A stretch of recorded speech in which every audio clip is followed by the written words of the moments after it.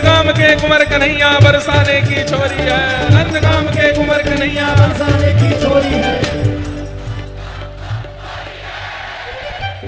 हम कहेंगे नंदगाम के कुंवर कन्हैया और आप कहोगे बरसाने की छोरी रे रसिया। नंदगाम के कुंवर कन्हैया, नंदगाम के कुंवर कन्हैया, नंदगाम के कुंवर कन्हैया, नंदगाम के कुंवर कन्हैया, आज रंगीली हो रही रे रसिया, रंगीली हो रही रे रसिया, आज रंगीली हो रही रे रसिया, आज रंगीली हो रही रे रसिया, आज रंगीली हो रही रे रसिया, आज रंगीली हो रही रे रसिया, आज रंगीली हो रही रे रसिया। आज रंगीली हो रही जय रे जय श्री राम, जय जय श्री राम, जय जय श्री राम।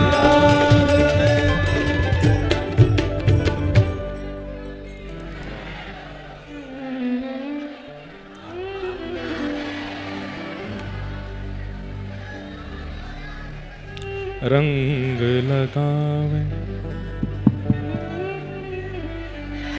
रंग लगावे परस्पर दोनों, रंग लगा गाइए परस्पर हो, रंग लगावे परस्पर दोनों, रंग लगावे परस्पर दो। बनी राधा गिरधर की जोड़ी रे रसिया, राधा गिरधर की जोड़ी रे रसिया, बनी राधा गिरधर की जोड़ी रे रसिया, बनी राधा गिरधर की जोड़ी रे रसिया। ओ रंग लगावे परस्पर दो, रंग लगावे परस्पर दो। परस्पर मतलब एक साथ आमने सामने एक दूसरे को और यथा भाव से रंग लगावे परस्पर दो, रंग लगावे परस्पर दो। बनी राधा गिरधर की जोड़ी रे रसिया, राधा गिरधर की जोड़ी रे रसिया। हो आज बिरज में होली रे रसिया, आज बिरज में होली रे रसिया। हे राधा गिरधर की जोड़ी रे रसिया, राधा गिरधर की जोड़ी रे रसिया। हे राधा गिरधर की जोड़ी रे रसिया, राधा गिरधर की जोड़ी रे रसिया। आज बिरज में होली रे रसिया, आज बिरज में होली रे रसिया। बोलो होरी के रसिया की, श्री वृंदावन बिहारी लाल की, श्री राधा रमण लाल की, श्री राधा वल्लभ लाल की, श्रीमद्भागवत महापुराण की, सब संतन की, सब भक्तन की, समस्त ब्रजवासिन की, 84 कोस ब्रजमंडल धाम की, गिरिराज धरण की, श्याम सुंदर श्री यमुने महारानी की, जय जय श्री राधे, जय जय श्री राधे, जय जय श्री राधे।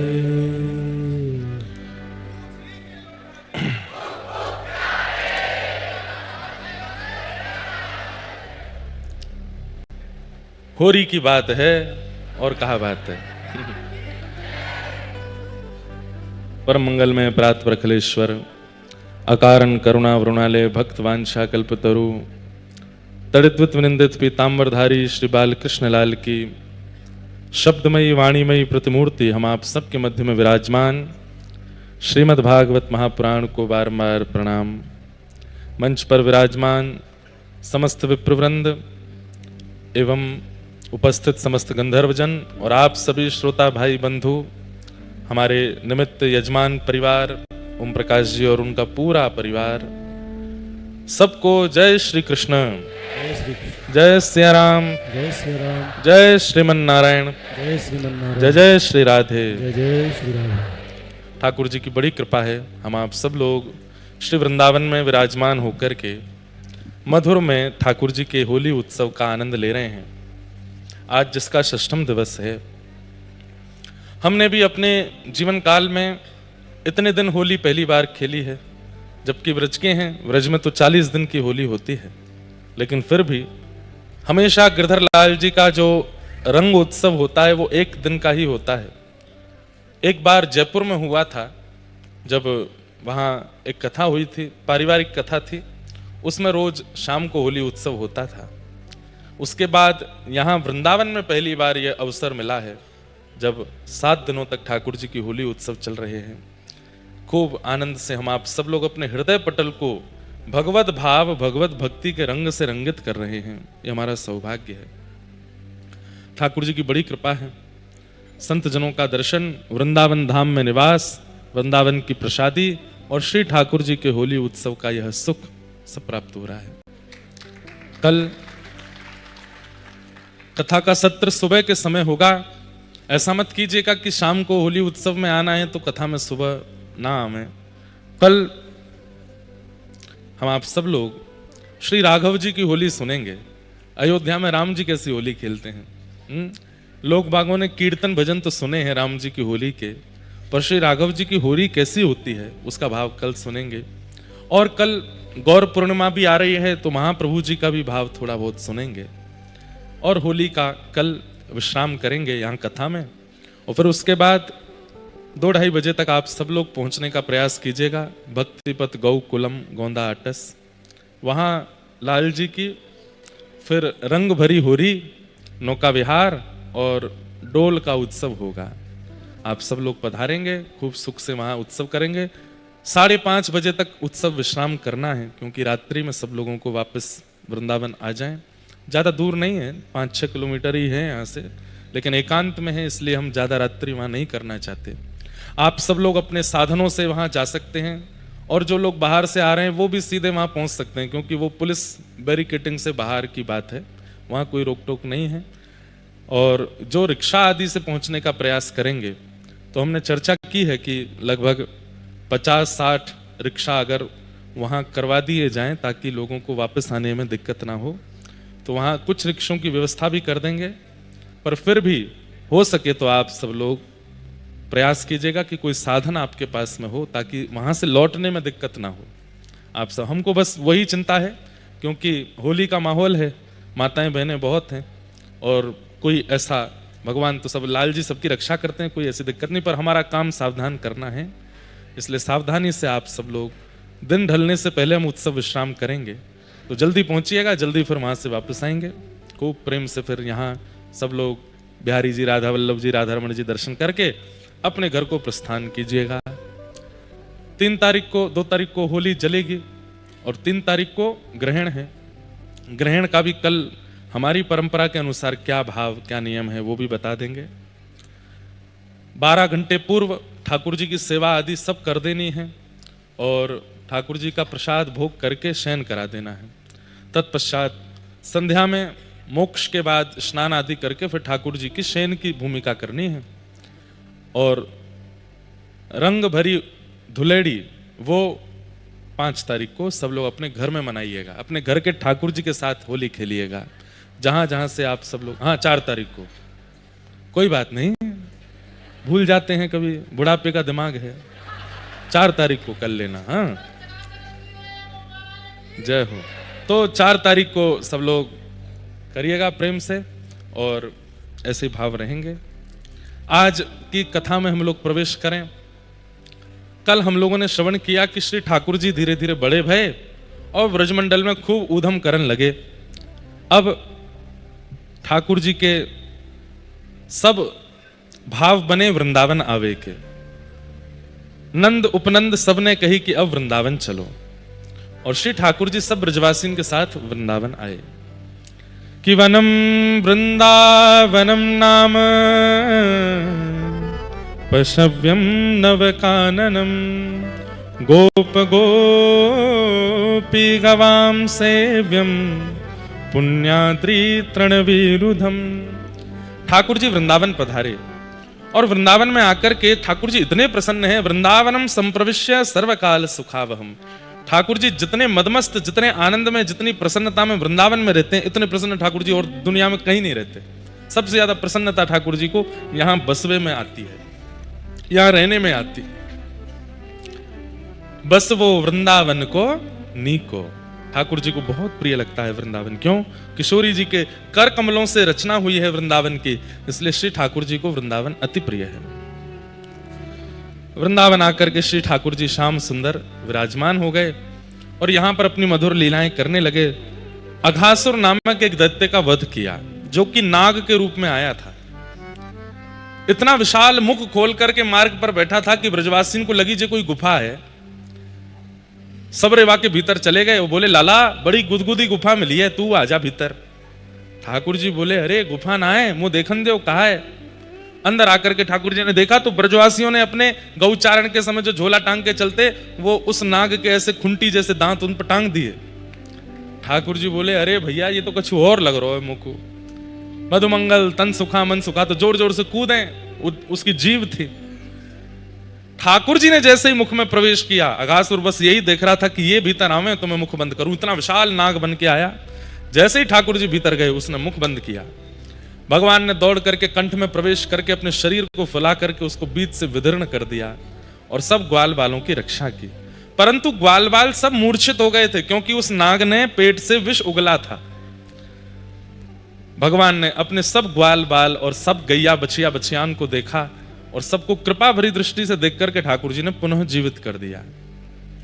और उसके बाद ठाकुर जी ने मधुर छाक लीला की है कि विभ्रद वेणुम जठर पटयो श्रांग वेत्रे चकच्छे वामे पाणे मृषण कवलम तत्फलम नांगुलीषु तिष्ठन मध्ये स्वपर सुहृदो हासयन निर्मभिस्मे स्वर्गे लोके मिशति विभुजे यज्ञ भुक बाल केली। बंधुओं बहुत ध्यान से सुनिएगा सब लोग। जिस प्रकार ठाकुर जी का श्रृंगार ठाकुर जी को प्रिय है, ठाकुर जी के साथ सज्जे खूब सुंदर सजाओ अच्छा लगता है। जैसे अभी हमारे गिरधर लाल जी संध्या में विराजमान होते हैं तो पीछे सफेद पिचवाई पर खेल होता है, वो खेल किया जाता है। तो वहां पे अलग अलग रचनाएं बनाई जाती हैं गुलाल से। पहले उस पर केसर जल छिड़का जाता है, फिर उस पर रचना बनाई जाती है और उस रचना में ठाकुर जी आके विराजमान हो जाते हैं और फिर उनकी पूजा वंदना आरती की जाती है। ठाकुर जी देख के बड़े सिहाते हैं। तो ये खेल के भाव कई हैं। उसमें एक भाव यह है कि जब लाला छोटे थे तो छोटे लाला को मैया बाहर ना जान दे होरी खेल में, और ठाकुर जी मचलते मैं जाऊंगा मैं जाऊंगा मैं जाऊंगा। तो श्री यशोदा मैया लाला के सामने खेल करती हैं और खेल करके रचना बनाती हैं और रचना करके लाला उन्हीं खेल के जो खिलौने जो मैया ने बनाए उनके संग ही खेलते हैं। तो बाहर जाके लाला की नाक में कान में आंख में गुलाल नहीं चलो जाए, ये भाव भी है। अन्य सखियों के भाव भी हैं। तो ये सब भाव से खेल होता है, ठाकुर जी को प्रिय लगता है। आप देखेंगे नाथद्वारा पद्धति में सब लाल गुलाल और सफेद अबीर, बस इसके अलावा तीसरा रंग नहीं है। इन्हीं दो रंगों से होली कल हम लोग खेलेंगे गौशाला में भी। वैसे तो कई सारे लोग बहुत कुछ लेकर के आए हैं, लेकिन उनका प्रयोग भी करना तो पड़ेगा, पर विशेष रूप से इन्हीं से ठाकुर जी, और ये सब नाथद्वारा से ही मंगाए हैं। आप स्पर्श करके देखेंगे तो रुई से भी ज्यादा कोमल, कमल की पराग से भी ज्यादा कोमल है रंग। और ऐसा है कि बिना स्नान के अगर कपड़े से पोंछो तो निकल जाएगा। भाई रंग तो प्रकट रूप में एक वस्तु है, बाकी होली तो भाव से होती है ना। तो इसलिए जो आजकल हो रहा है ना सब जगह पर, मारकाट मची पड़ी है, अभद्रता पर आ जाते हैं, ये होली का स्वरूप नहीं है। अभद्रता नहीं करनी है, बहुत भाव से खेलना है, प्रेम से खेलना है, रस से खेलना है। तेसु के पुष्प, उनसे निर्मित जल, वो सब पे छिड़का जाएगा। उसमें केसर भी होगी, कपूर भी होगा, चंदन भी होगा, वो सब पे छिड़का जाएगा। तो ठाकुर जी को आपकी देखो महंगी वस्तु नहीं होती है, महंगी वस्तु नहीं होती ठाकुर जी की सेवा में। ठाकुर जी की सेवा में वस्तु को लाने में व्यक्ति ने अपना कितना भाव पिरोया है वो विशेष बात है। एक प्रसंग आता है कि कृष्णदास जी ऋतु का सबसे पहला फल लेने के लिए गए कि सबसे पहला फल ऋतु का जो आएगा वो ठाकुर जी को भोग लगेगा। तो ऋतु का सबसे पहला फल आया खरबूज। लेने के लिए जैसे गए तो उस समय तो ढकेलों पर लेकर के ही चलते थे। कृष्णदास जी पहुंच गए, जाकर के बोले भैया ये खरबूज हमको दे दो। इतने में ही नगर के राजा के सैनिक आ गए, बोले नहीं नहीं इनको नहीं हमको दो, ऋतु का पहला फल राजा भोग लगाएगा। कृष्णदास जी बोले ऋतु का पहला फल महाराजा भोग लगाएगा, राजा नहीं। तुम्हारे राजा तो एक गांव के, एक शहर, एक नगर के हैं, पर हमारे महाराजा तो पूरे त्रिलोकी के हैं। पहला फल का भोग वो लगाएंगे, तुम नहीं लेके जाओगे। दुकानदार बोला भगवान आप लोग लड़िए मत, मैं आपको भी दे देता हूं, मैं आपको भी दे देता हूं, मेरे पास कुछ फल हैं। बोले तो राजा के सैनिक बोले नहीं नहीं कुछ नहीं चाहिए हमको, झूठन थोड़ी चाहिए, पूरा पूरा चाहिए, पूरी ढकेल लेके जाएंगे हम तो। कृष्णदास जी बोले तो हम भी महाराजा के सेवक हैं, हम भी पूरी लेके जाएंगे। फल विक्रेता ने कहा भैया मेरे पास एक ढकेल ही फल है, मैं दो लोगों में कैसे बांटूं, आप लोग आपस में समन्वय कर लीजिए किसको देना है। तो राजा के सैनिक बोले हम राजा के सैनिक हैं, थोड़ा राजा से डरो, इस संसार में रह नहीं पाओगे जीवित। कृष्णदास जी बोले हम महाराजा के सेवक हैं, संसार में तो रह भी लोगे, फिर वहां कहां जाओगे अगर वो रूठ गए तो, हमको फल दो। अंत में स्थिति आ गई कि महाराज राजा के सेवक बोली लगाने लगे, 10 रुपए, 11 रुपए, 15 रुपए, अब जितना बोले कृष्णदास जी उससे अधिक बोल दें। अंत तो गत्वा जो फल की कीमत, जिन फलों की कीमत 1 रुपया थी वो 100 रुपया पहुंच गई। 100 रुपया बहुत होता था उस समय पे। कृष्णदास जी पर तो नहीं थे इतने, लेकिन बोले आए ठाकुर जी की कानी से, बोले आए 100 रुपए। सैनिक बोले अब फंस गए हम। बोले क्यों? 100 रुपए के फल लेके जाएंगे तो राजा उल्टा मारेगा। और 100 रुपए के फल लाए हो, कहां 1 रुपए की कीमत तुम 100 रुपए का लाए हो? राजा के खजाने को क्या ऐसी समझ रखा है, कोई पेड़ पे उगते हैं पैसे? तो सैनिकों ने कहा भैया हमको नहीं चाहिए, इनको ही दे दो 100 रुपए। दुकानदार ने कहा महाराज आप कहें तो मैं 90 कर दूं। बोले नहीं 100 कहा है तो 100 ही देंगे, अभी तो हम पे नहीं, हम गुसाई जी से प्रार्थना करके दिलवा देंगे, 100 रुपए का दो। फल लेकर के जब गए तो रसोई घर में पधरा दिया। गुसाई जी ने जब देखा तो बिल दे दिया था, बोले बिल तो नहीं, मैंने लिख के दे दिया इतने रुपए का है। गुसाई जी बोले इतना महंगा फल लेके, 100 रुपए में साल भर की सामग्री आ जाती है, तुम केवल फल लेकर के आए हो 100 रुपए का। तो नेत्र सजल हो गए, महाराज मैं क्या बताऊं, ऐसी ऐसी बात हो गई थी, ठाकुर जी की नाक बचानी थी इसलिए 100 रुपए का लाया। तो बोले कहां है फल, भोग लगाओ। रसोई घर में जाके देखा तो फल ही नहीं था, कोई चोरी कर ले गया। कृष्णदास जी अब तो रोए, बोले एक तो 100 रुपए का फल लाए, ऊपर से कोई उठा ले गया। बहुत ढूंढा नहीं मिला, संध्या का समय हो गया, ठाकुर जी के कपाट खुलने थे, 4 साढ़े 4 बजे फल का भोग लगता है ठाकुर जी को शाम को। अब वो फल तो था नहीं, तो दूसरे फल अमनिया कर दिए। जैसे ही गर्भगृह में लेकर के फल गए तो क्या देखे, श्री प्रिया प्रियतम प्रत्यक्ष गर्भगृह में प्रकट हो गए और उस फल से गेंद की तरह खेल रहे हैं आपस में। और कृष्णदास जी को जब ये भाव पता चला आनंदित हो गए। बोले आप इतने मनोभाव से फल लेकर के आए, रकम कितनी थी ये जरूरी नहीं, पर मेरे ठाकुर जी को विशेष फल जाना चाहिए, इस भाव से लेकर के आए। तो ठाकुर जी उस फल से क्रीड़ा कर रहे थे, उस फल से खेल रहे थे। कई लोग हैं वो दूसरों को दिखाने के लिए ठाकुर जी के आभूषण महंगे लाते हैं कि दुनिया को हम बता पाएं कि देखो पन्ना पहना रखा है, सोना पहना रखा है, ठाकुर जी का ये हीरा इतने का है। ये नहीं, किसी को मत बताइए, आप ठाकुर जी को पधरा दीजिए केवल भाव से कि मेरे राज दुलारे लाला हैं, राजा महाराजान की तरह इनको श्रृंगार होना चाहिए। तो आप क्या अनुभव करेंगे कभी एकांत में कि ठाकुर जी उस श्रृंगार के भाव को अपने हृदय से लगाते हैं कि अरे मुझे सुख देने के लिए, मुझे प्रसन्न करने के लिए रत्न लेकर के आया है।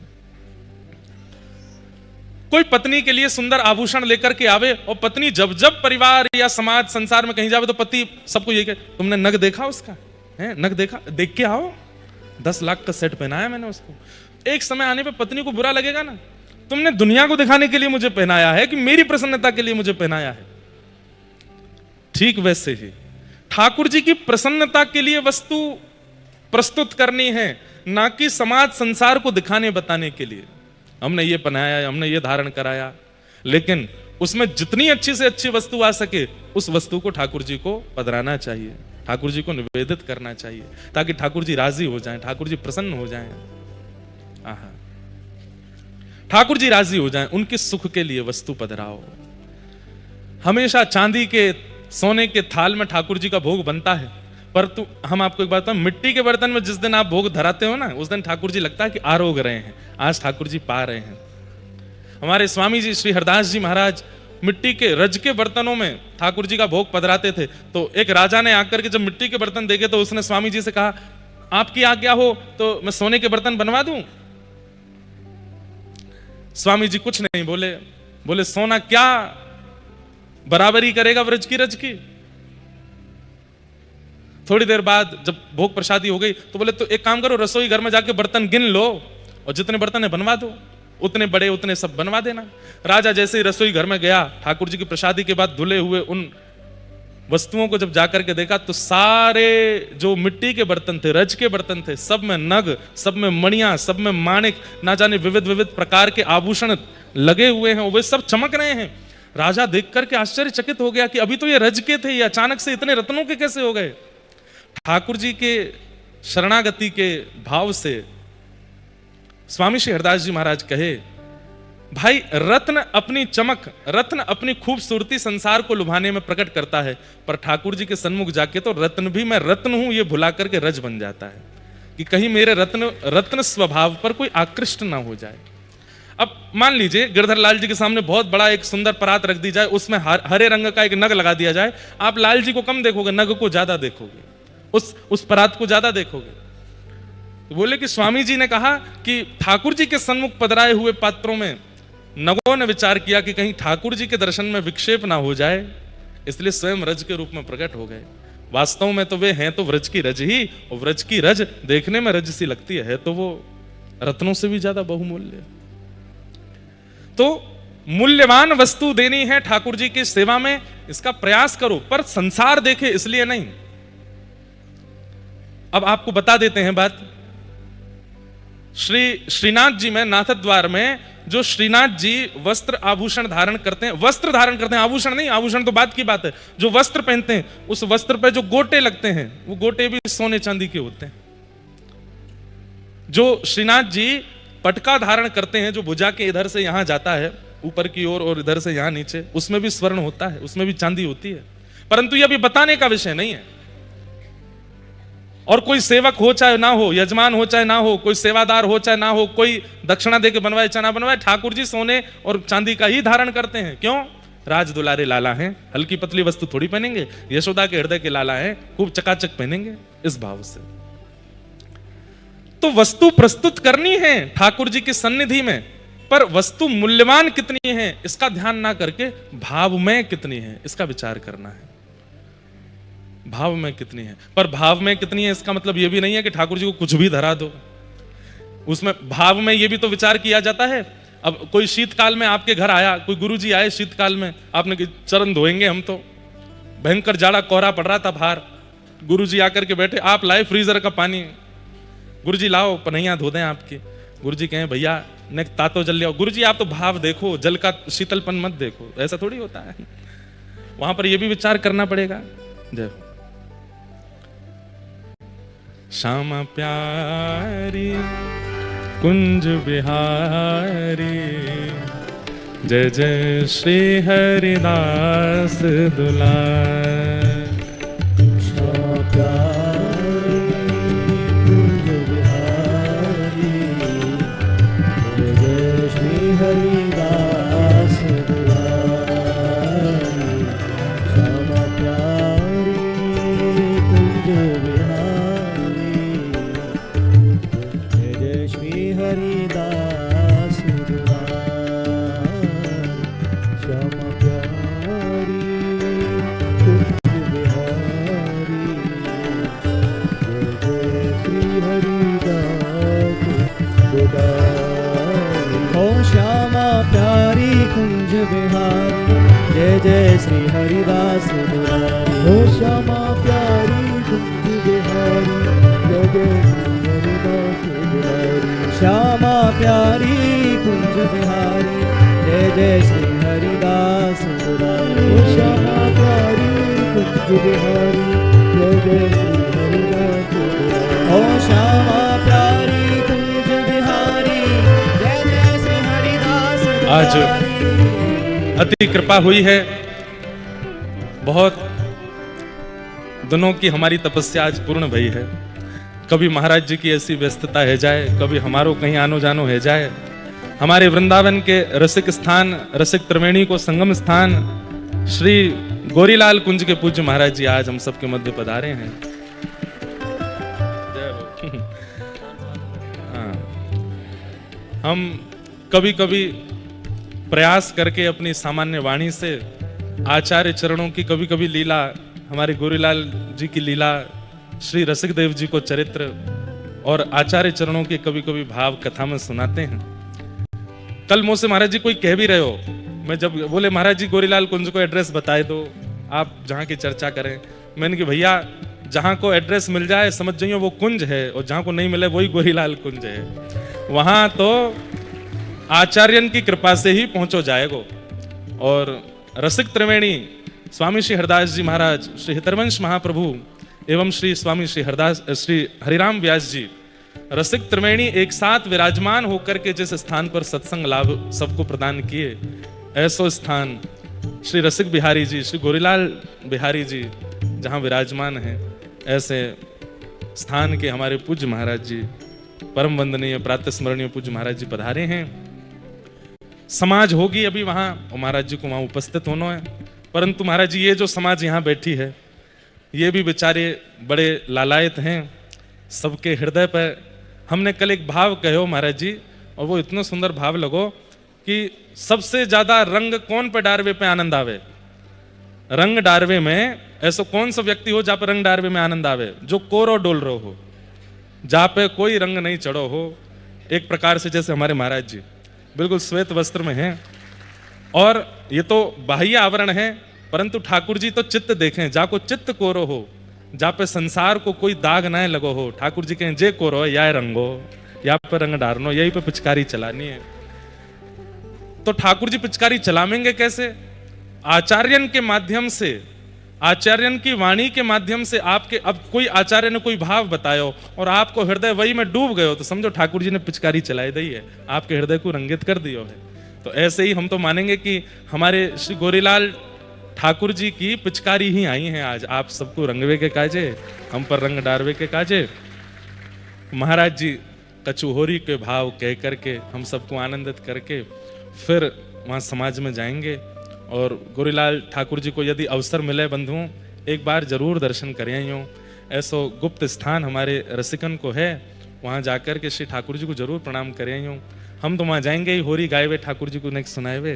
महाराज जी पधारें, 2 मिनट आप सब लोग बड़े भाव से शांति से विराज के कुछ भाव श्रवण करें, उसके बाद फिर आगे के क्रम में चलेंगे।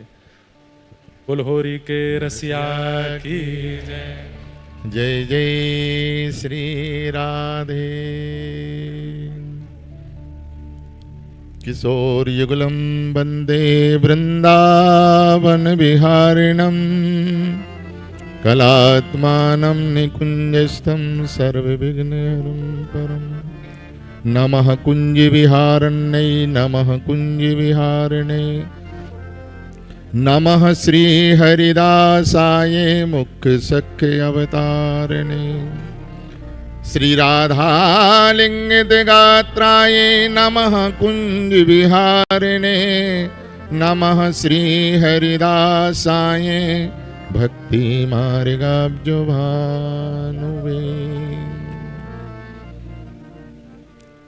पूर्वाचार्य चरणारविंदों में साष्टांग दंडवत प्रणाम करते हुए, व्यासपीठ को साष्टांग वंदन करते हुए, दंडवत करते हुए, पूज्य सभी विराजमान संत चरणों में दंडवत प्रणाम करते हुए, श्री ठाकुर जी के लाडले दुलारे हरि वैष्णव भक्तों को खूब खूब यथासाध्य वंदन करते हुए, दंडवत करते हुए, हमारे सभी संगीत भाई खूब खूब हृदय से वंदन करते हुए, आज बड़े ही आनंद का यह मंगलमय दिवस है, जहाँ व्यासपीठ को सुशोभित कर विराजमान हमारे श्री संतों के लाडले दुलारे प्यारे श्री ठाकुर जी के लाडले श्री इंद्रेश जी महाराज विराजित होकर के श्री प्रियालाल की रसमयी मधुर मधुर दिव्याति दिव्य लीलाओं का रस वर्षण कर रहे हैं। श्री जी की, ठाकुर जी की विशेष कृपा है। आपने अपनी इस छोटी सी अवस्था में ही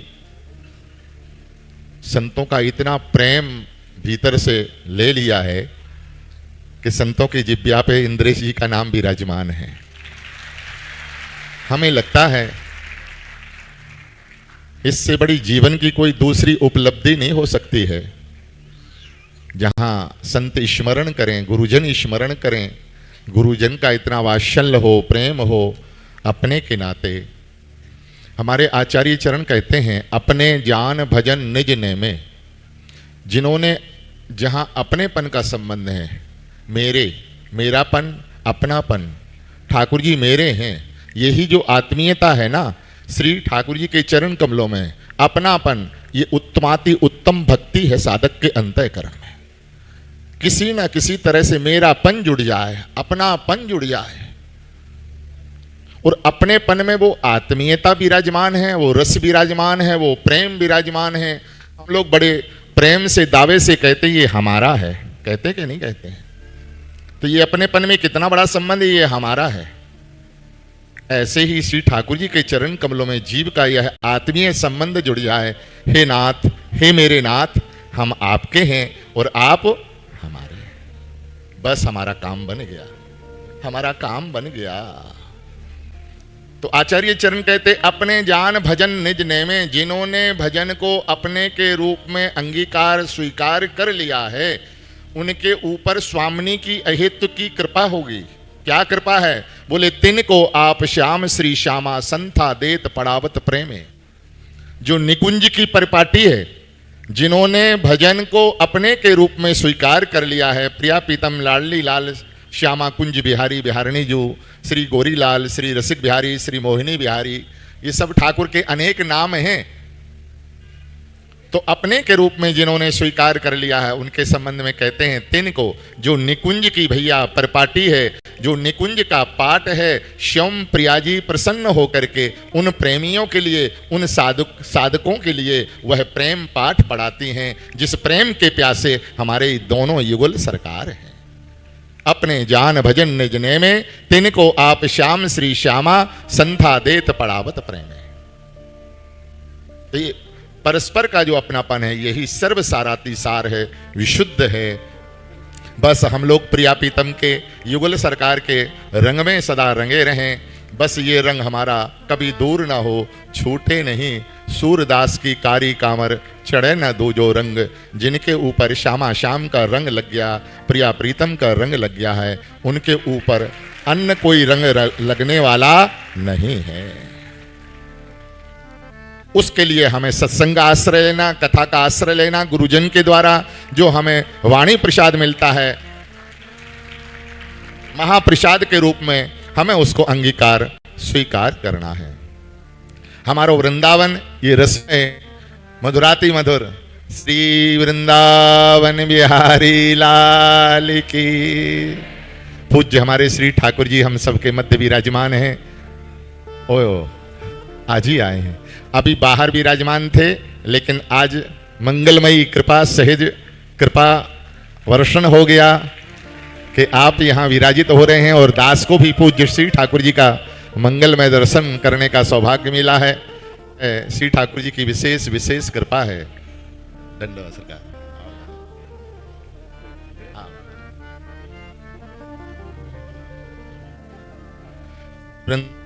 हरि की जय। तो हम सब लोग प्रिया प्रीतम के रंग में रंगे हैं। बस यही रंग सर्वोपरि है। सच्चा रंग तो युगल सरकार का ही है। यह रंग हमें लग जाए, और यह होली का रंग कोई अन्य रंग नहीं है।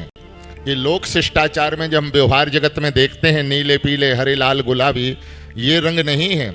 वास्तविक रंग तो कुछ और ही है।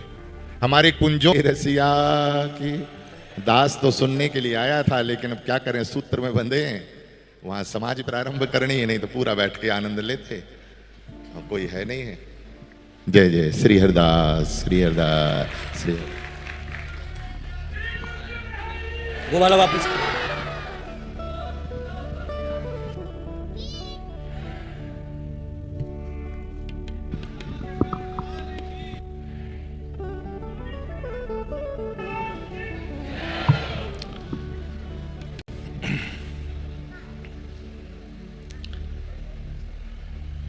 बड़ी कृपा पूज्य महाराज जी आज हम सबके मध्य पधारे और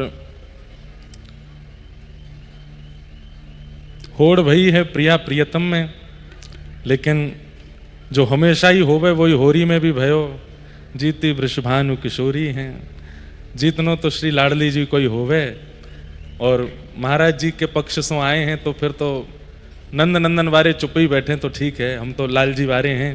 परंतु असलियत तो यही है कि श्री प्रिया जी के कारण ही कभी कभी ठाकुर जी जीत जामे, नहीं तो श्री राधा मुख चंद्र चकोर जय जय देव है। जयदेव महाप्रभु कह रहे हैं अभिनव जलधार सुंदर धृत मंदर श्री राधा मुख चंद्र चकोर जय जय। श्री जी की कृपा से ही श्री ठाकुर जी गिरिराज उठा रहे हैं, श्री जी की कृपा से ही अब महाराज जी को जान हो, नहीं तो सबरे भाव श्री जी के ही आ रहे हैं। वो नाग पे भी नृत्य कर रहे हैं ना महाराज जी, तो वो भी श्री प्रिया जी के द्वारा जो नृत्य सिखायो गयो है, वहां जयदेव महाप्रभु कह रहे हैं कालिया विषधर गंजन जन रंजन ए।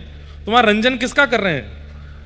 कहते हैं कि श्री सब ब्रजवासी यशोदा मैया तो व्याकुल हो गए विरह से, सब रोने लगे कि लाला थे काली देह में काहे को कूद गो। वहां रंजन किसका हो रहा है? तो बोले 4 दिन पहले प्रिया जी ने ठाकुर जी को नवीन नृत्य सिखायो, और श्री प्रिया जी बोली अब हमको करके दिखाओ दोबारा। तो ठाकुर जी बोले मंच मिलन दो तब करूंगा। तो आज कालिया नाग देखते ही ठाकुर जी ने कही बढ़िया गुदगुदो मंच है, यही पर करके दिखाऊंगा। और श्री प्रिया जी दूर खड़े है करके ताल दे रही हैं, और श्री ठाकुर जी तांडव नृत्य कर रहे हैं। अरे देखो तो श्री कृष्ण लीला में कहीं भी ऐसी कोई लीला है ही नहीं जो श्री प्रिया जी की कृपा से नहीं है रही है। सब कृपा, सब क्रिया, सब श्री प्रिया जी की प्रसन्नता के लिए ही ठाकुर जी कर रहे हैं, और उन्हीं की कृपा से ही कर रहे हैं। ये हमारे माई श्यामाजू को राज, हमारे माई श्यामाजू को राज। ऐसे पूज्य महाराज जी आपने आज होरी में, आज होली में ब्याह है ठाकुर जी को। अभी कथा विश्राम के बाद में ठाकुर जी को निकुंज में होरी में ब्याहुला होएगो।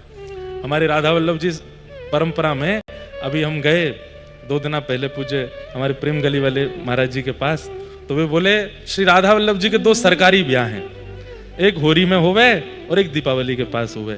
बोले कोई कराए चाहे नहीं कराए, यजमान हो चाहे नहीं हो, ठाकुर जी ब्याहुला होएगो ही होएगो। तो आज यहाँ पे भी हमारे गिरधर लाल जी को सरकारी ब्याह है। आज ठाकुर जी सहरा में होरी खेलेंगे, होरी खेलते खेलते सखियां सहरा बांध देंगी, और फिर यहाँ ब्याहुला रंग में ब्याह होएगो। ऐसे हमारे पूज्य महाराज जी पधारे, बड़ी कृपा, आपको आशीष, और आपको, आप तो महाराज जी बस एक ही स्नेह देते जाओ कि श्री प्रिया प्रियतम में ऐसो ही मन लगो रहे। ये गुलाल ऐसे नहीं डालना पड़े, सदा नेत्रन में ही वो लाल है जाए जो आप कह रहे, बस यही भाव है। श्यामा प्यारी कुंज बिहारी जय जय श्री हरिदास दुलार। श्यामा प्यारी कुंज बिहारी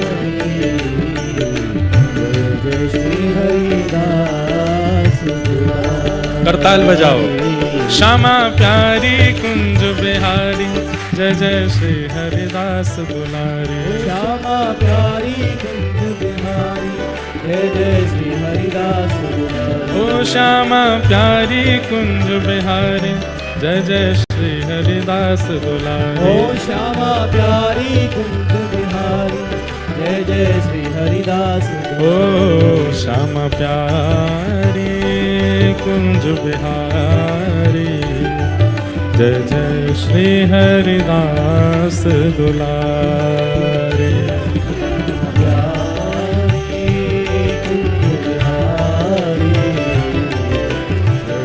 श्री हरिदास। आज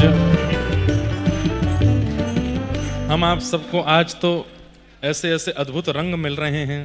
पूज्य सुदामा कुटी वाले महाराज जी आए, गोरीलाल कुंज वाले पूज्य महाराज जी पधारे, और अभी अभी हम सब पर कृपा करके जिस व्यासपीठ की परंपरा का आप लोग रसस्वादन कर रहे हैं, ऐसी व्यासपीठ पर हमें उंगली पकड़ के बैठाने वाले तन के पिता, मन के और आत्मा के गुरु ऐसे हमारे सदगुरुदेव भगवान पूज्य पिताजी महाराज आप पधारे हैं। आज ही कल रात्रि ही कथा से वापस वृंदावन पधारे और आज यहाँ होली उत्सव में आपके मंगल में दर्शन हो रहे हैं। पूज्य गुरुदेव भगवान को बारंबार प्रणाम। सब श्रोताओं की ओर से आपके श्री चरणों में प्रणाम करते हुए होली की बधाई हो। और देखो सावधान, कोई रंग नहीं उछाले को, है ना। बिल्कुल गुरुदेव भगवान आ गए हैं। अब तो बहुत सदी भाई होली खेलेंगे हैं। कल तक जितनों उधमो कर लियो, अब प्रिंसिपल सर आ गए हैं। लेकिन भैया हमारे लाला कौन रोके, वो कोई बना रुके। तो देखें आज आज आज वो तो आएंगे, तो नैका तो होएगा, थोड़ा बहुत होगा, बातें ज्यादा नहीं होगा। हाँ, आप लोग नाक वाक बंद कर लेना जब नैकाद रंग हुए, तो बाकी सब आनंद है।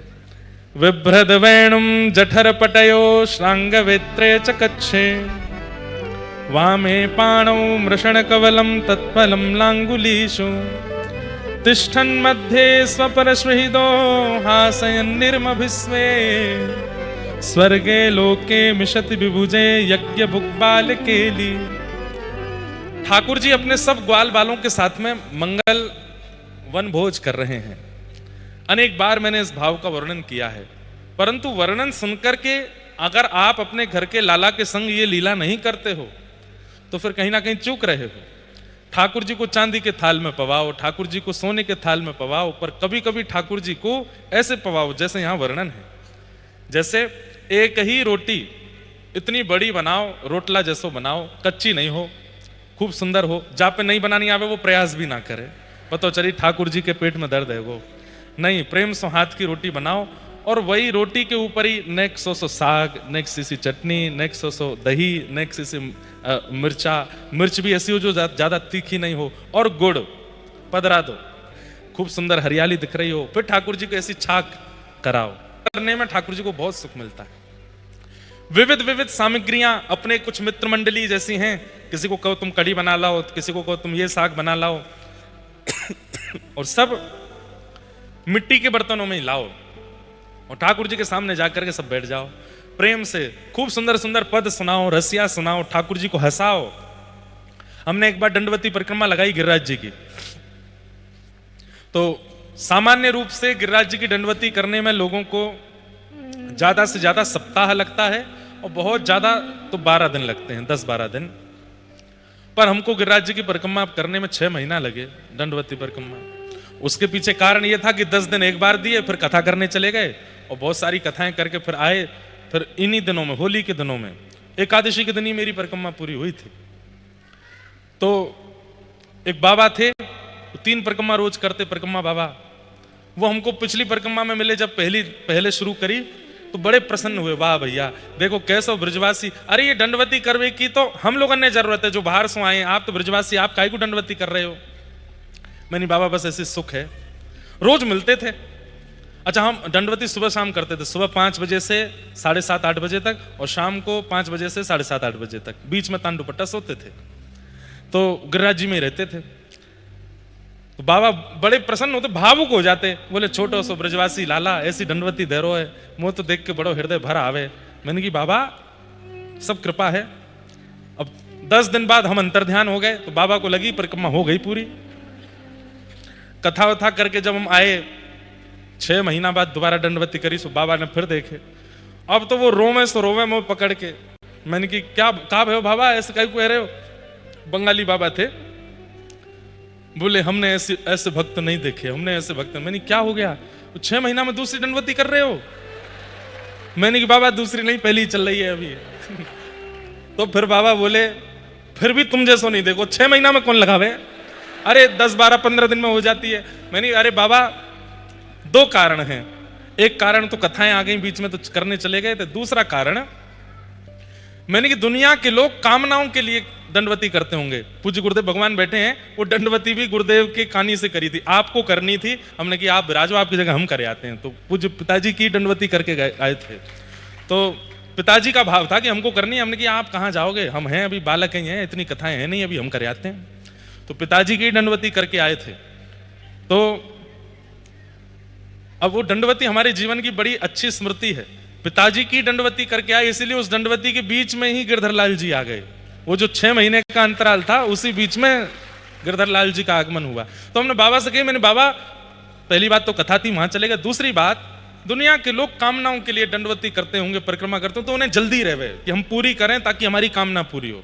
हमारे मन में कोई कामना नहीं।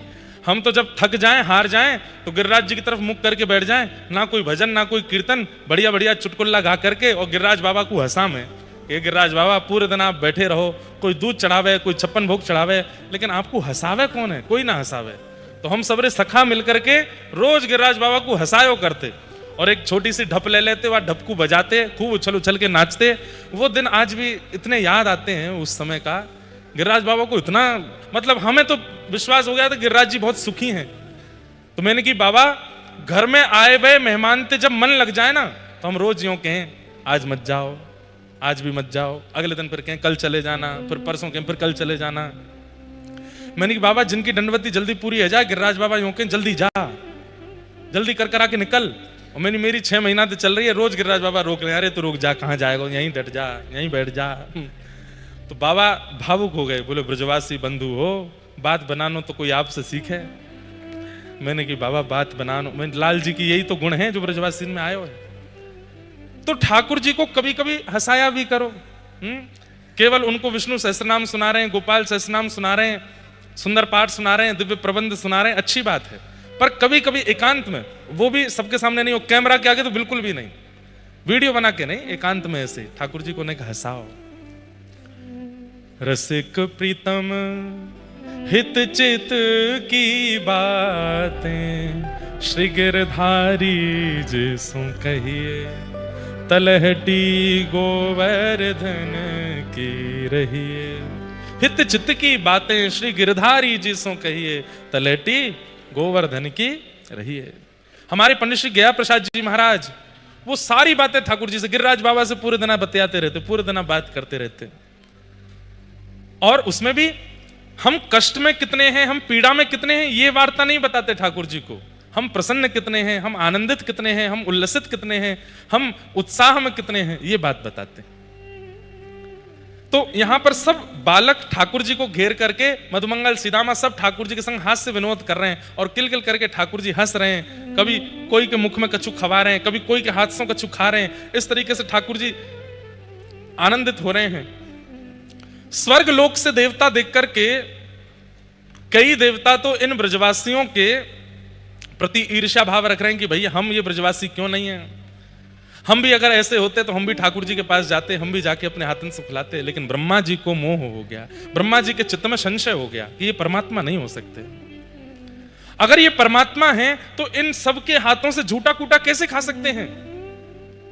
ये ब्रजवासी जो गैया चराते हैं, गोबर लगो है हाथ में, रज लगी है पूरे तन में, बिल्कुल शुद्ध नहीं है अवस्था में, और इनके हाथों से ये प्रसाद पा रहे हैं, ये परमात्मा कैसे हो सकते हैं?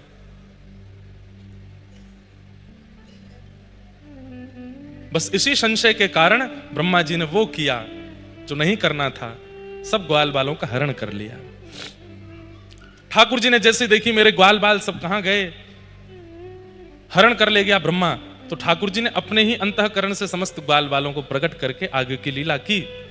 1 वर्ष बाद जब ब्रह्मा जी को संशय निवृत्त हुए, देखा कि वही ग्वाल बाल जो ब्रह्मलोक में वो नीचे विचरण कर रहे हैं, तो ठाकुर जी के चरणों में आकर के स्तुति गाते हुए, नौमिड्यते प्रभुपुषे टडिदंबराय, गुंजावतम परिपेच्छल सन्मुखाय, वन्यस्त्रजे कवलवेत्र विषाण वेणु, लक्ष्मश्रिये मृदुपदे पशुपांकजाय। कभी अवसर मिले तो ब्रह्मा जी की स्तुति पर कथा हो, बहुत सुंदर है, सब लोग सावधानी से सुनिएगा। ब्रह्मा जी ठाकुर जी के सामने बैठे हैं, बहुत ध्यान से सुनिएगा, अभी इधर उधर नहीं देखो, थोड़ी देर हमको देखो।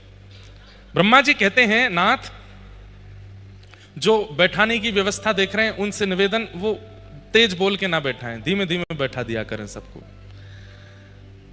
तो ब्रह्मा जी यहां पर ठाकुर जी से आके क्षमा मांगते हैं कि नाथ मुझसे अपराध हो गया, मैंने आप समझा नहीं, आपके रूप को मैं जान नहीं पाया, जो भी कुछ है। तो ठाकुर जी कुछ बोले नहीं। कई बार ऐसा होता है कि जैसे माताजी रूठ गई, पिताजी नाराज हैं, पत्नी रूठ गई या पति नाराज है, या बच्चे रूठ गए, कोई भी अपना संबंधी अगर रुष्ट हो जाता है तो हम उसको जब मनाते हैं तो वो बात नहीं करता, लेकिन हम तभी विषयांतर कर देते हैं। विषयांतर कैसे करते हैं? पहले तो मना रहे थे, अरे ठीक है ऐसा हो गया, गलती हो गई पिताजी माताजी, अब नहीं करेंगे, वो नहीं बोलते कुछ भी, तभी हमने कुछ पूछ लिया विषयांतर करके। अच्छा आपको दिल्ली जाना था, वो कब जा रहे हो आप? तो कई बार विषयांतर करने पर, प्रश्न करने पर न बोलने वाला व्यक्ति बोल पड़ता है, कल जाएंगे सुबह। अब जब इतना ही बोल रहे हो तो पूरी बात कर लो, ऐसा होता है ना। तो ब्रह्मा जी बहुत देर तक बोलते रहे ठाकुर जी से, तो ठाकुर जी कुछ नहीं बोले। इतने में ही ब्रह्मा जी ने विषयांतर करके एक प्रश्न कर लिया। खूब देर मनाते रहे, आपके चरण कमल ऐसे हैं, आप तो ऐसे हो, आप तो ऐसे हो। ठाकुर जी मुंह फुलाए बैठे हैं, कुछ नहीं बोले।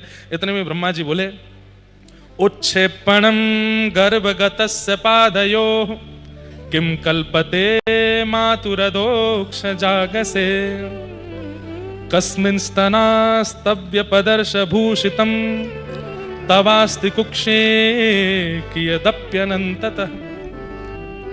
ब्रह्मा जी ने क्या पूछा?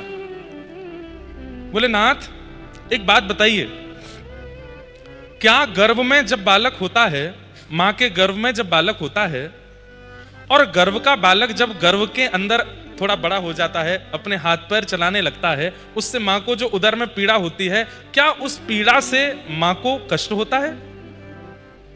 तो ठाकुर जी जो मुंह फुलाए बैठे थे, नेक ऐसे करके देखे ब्रह्मा जी की ओर। तो ठाकुर जी बोल पड़े, पीड़ा तो होती है लेकिन मां को प्रसन्नता भी होती है कि चलो गर्भ का बालक कुछ गतिविधि तो कर रहा है, गर्भ का बालक हाथ पैर तो चला रहा है, इसलिए वो मां पीड़ा में होती है लेकिन उस बालक पर क्रोधित नहीं होती। ब्रह्मा जी ने तुरंत पकड़े ठाकुर जी और बोले, नाथ ये संपूर्ण ब्रह्मांड आपके उदर में है, इसका मतलब इस ब्रह्मांड का प्रत्येक जीव आपके गर्भ का बालक है, उसी नाते से मैं ब्रह्मा भी आपके गर्भ का बालक हूं। यदि मैंने थोड़ा सा ऊधम कर दिया तो आप मुझसे नाराज क्यों हो गए? नाथ जब गर्भ के बालक की गतिविधि पर मां नाराज नहीं होती तो आप मुझसे नाराज क्यों हो गए? ठाकुर जी और नाराज हो गए वो तो रूठ गए। हम जानते हैं तुम चतुर्मुख वाले हो ना, इसीलिए तुम चतुरानन हो, तुम चतुर शिरोमणि हो, ये चतुराई मेरे सामने मत करो, तुमने बहुत क्रोधित किया हमको। उसके बाद फिर से ब्रह्मा जी ने फिर स्तुति गाई, मान जाइए ठाकुर जी, नहीं माने। तब ब्रह्मा जी ने फिर से विषयांतर कर दिया, और अब की बार तो ऐसा विषयांतर किया कि ठाकुर जी ने उत्तर ही नहीं दिया। अब की बार क्या बोले?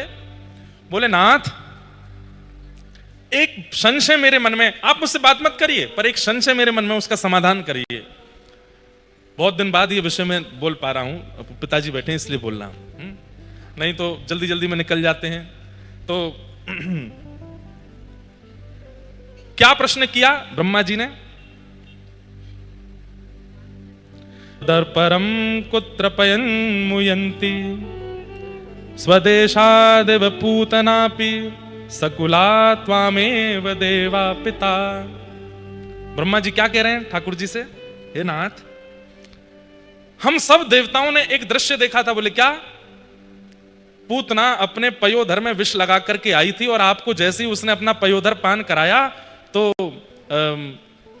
अहो वकीयम स्तनकाल कूटम जिघांक्षयापा यदप्य साध्वी लेभे गतिम धा त्रुचिताम ततोन्यम कंबा दयालुम शरणम ब्रजेम। इधर देखो, इधर देखो, यहां देखो, ध्यान से सुनो क्या कह रहे हैं ब्रह्मा जी। बोले पयोधर पान कराने वाली पूतना को आपने तुरंत वो गति प्रदान की जो यशोदा मैया को मिलनी चाहिए थी, जो भगवान की मां के लिए स्थिति थी वैकुंठ में, वो आपने पूतना को प्रदान कर दी। ठाकुर जी बोले हाँ, तो इसमें क्या पूछ रहे हो? तो ब्रह्मा जी पूछने लगे, बोले नाथ नेक देर भैया हल्ला मत करो, इधर देख लो, सब लोग देखो। ब्रह्मा जी क्या पूछ रहे हैं?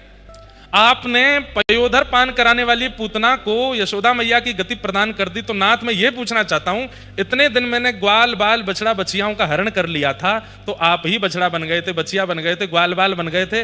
अब इतने रूपों में आपने कितनी गोपी और कितनी गैयान के पयोधर पान किए हैं, अब इनको कौन सी गति दोगे?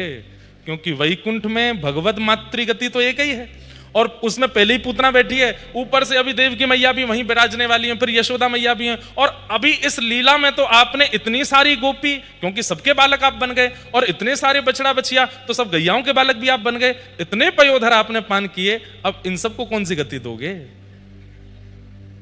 ठाकुर जी ने तिरछी नजर से देखा और बिना उत्तर दिए वहां से चले गए। कोई इसका प्रत्युत्तर नहीं दिया, परंतु ये एक विचारणीय बात है।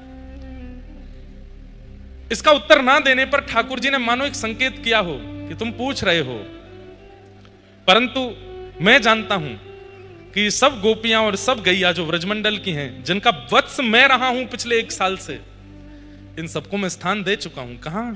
वैकुंठ में नहीं, वैकुंठपति नारायण यानी कि मैं अपने हृदय में इनको स्थान दे चुका हूं। ये सब मेरे हृदय में हृदय में विराजेंगे, ये सब मेरे हृदय के स्वामी हैं। मैं भगतन को दास, भगत मेरे मुकुटमणि, मैं भगतन को दास, भगत मेरे मुकुटमणि। मैं तो भक्तों का दास हूं, और भक्त कौन है? मेरे मुकुटमणि हैं। अनुव्रजाम में हम नित्यम पूये ये तन्य रेणु भी। जैसे एक बचिया अपनी माँ के पीछे पीछे चलती है, उसकी रज में संती हुई, ऐसे ही मैं भी अपने भक्तों के पीछे पीछे डोलता हूं। ठाकुर जी तो इतना प्रेम करते हैं। पर ब्रह्मा जी ने खूब स्तुति गाई, लेकिन ठाकुर जी ने ब्रह्मा जी की ओर नहीं देखा। क्यों? क्योंकि ब्रह्मा ने जो किया उससे ब्रजवासी ठाकुर जी से दूर हो गए, बाल बाल दूर हो गए। इसलिए भैया कभी भी याद रखिए कि ठाकुर जी आपसे ना रूठें, और ठाकुर जी को रुष्ट करने का एक ही उपाय है। ठाकुर जी एक ही कारण से रूठते हैं, बोले क्या? उनके चरणों में लगे हुए किसी परम वैष्णव भक्त को आपने अगर किसी क्रिया से ठाकुर जी से दूर कर दिया, तो ठाकुर जी नाराज हो जाएंगे। जाके संग कुमति उपजत है, पड़त भजन में भंग। हमको तो चाहिए उसका त्याग करें जिसकी वजह से भजन में भंग पड़ रहा है, पर जो भजन में भंग डालता है उससे ठाकुर जी नाराज हो जाते हैं। अरे वो मेरी सेवा करता है, मेरी आराधना करता है, मेरी कथा सुनता है, और तुम उसको रोकते हो, तुम उसको उसकी सेवा में उसके भाव में व्यवधान बनते हो। ठाकुर जी को व्यवधान करने वाला प्रिय नहीं लगता। इसलिए भैया कोई दोष बन जाए, अपराध बन जाए, सब में क्षमा ही है, पर कभी किसी वैष्णव के भाव पर दोष बुद्धि और किसी वैष्णव की भक्ति में वाधक मत बनिएगा, नहीं तो उसका अपराध इतना बड़ा होगा कि आप विचार नहीं कर पाओगे। सदा वैष्णव भक्तों से राजी रहो। ठाकुर जी ब्रह्मा भी हो तो राजी नहीं होंगे, ब्रह्मा से नाराज होकर के ठाकुर जी वहां से चले गए। आगे भगवान की लीलाएं चल रही हैं। ठाकुर जी धीरे धीरे अब 6 वर्ष से ऊपर की अवस्था में जाने लगे, जिसको पौगंड अवस्था कहते हैं। अब धीरे धीरे ठाकुर जी ऐसी लीलाएं करने लगे कि उन लीलाओं को देखकर के गोपियों का चित्त ठाकुर जी में लगने लगा। और उसमें सबसे विशिष्ट लीला है ठाकुर जी की गौचारण लीला। मैं आपसे निवेदन करूं बंधुओं, गोपी गीत की भावना, गिरिराज धारण की भावना, इन सब जो विषय हैं, रास पंचाध्याय आदि, इन सब की जो भूमिका है वो तो गौचारण से ही बनी है। ठाकुर जी जो गौचारण करने के लिए जाते हैं, उस समय का जो दृश्य है, उसके लिए गोपियां वेणुगीत में कहती हैं। अभी जटेरी धाम में वेणुगीत विषय पर थोड़ी चर्चा हुई थी।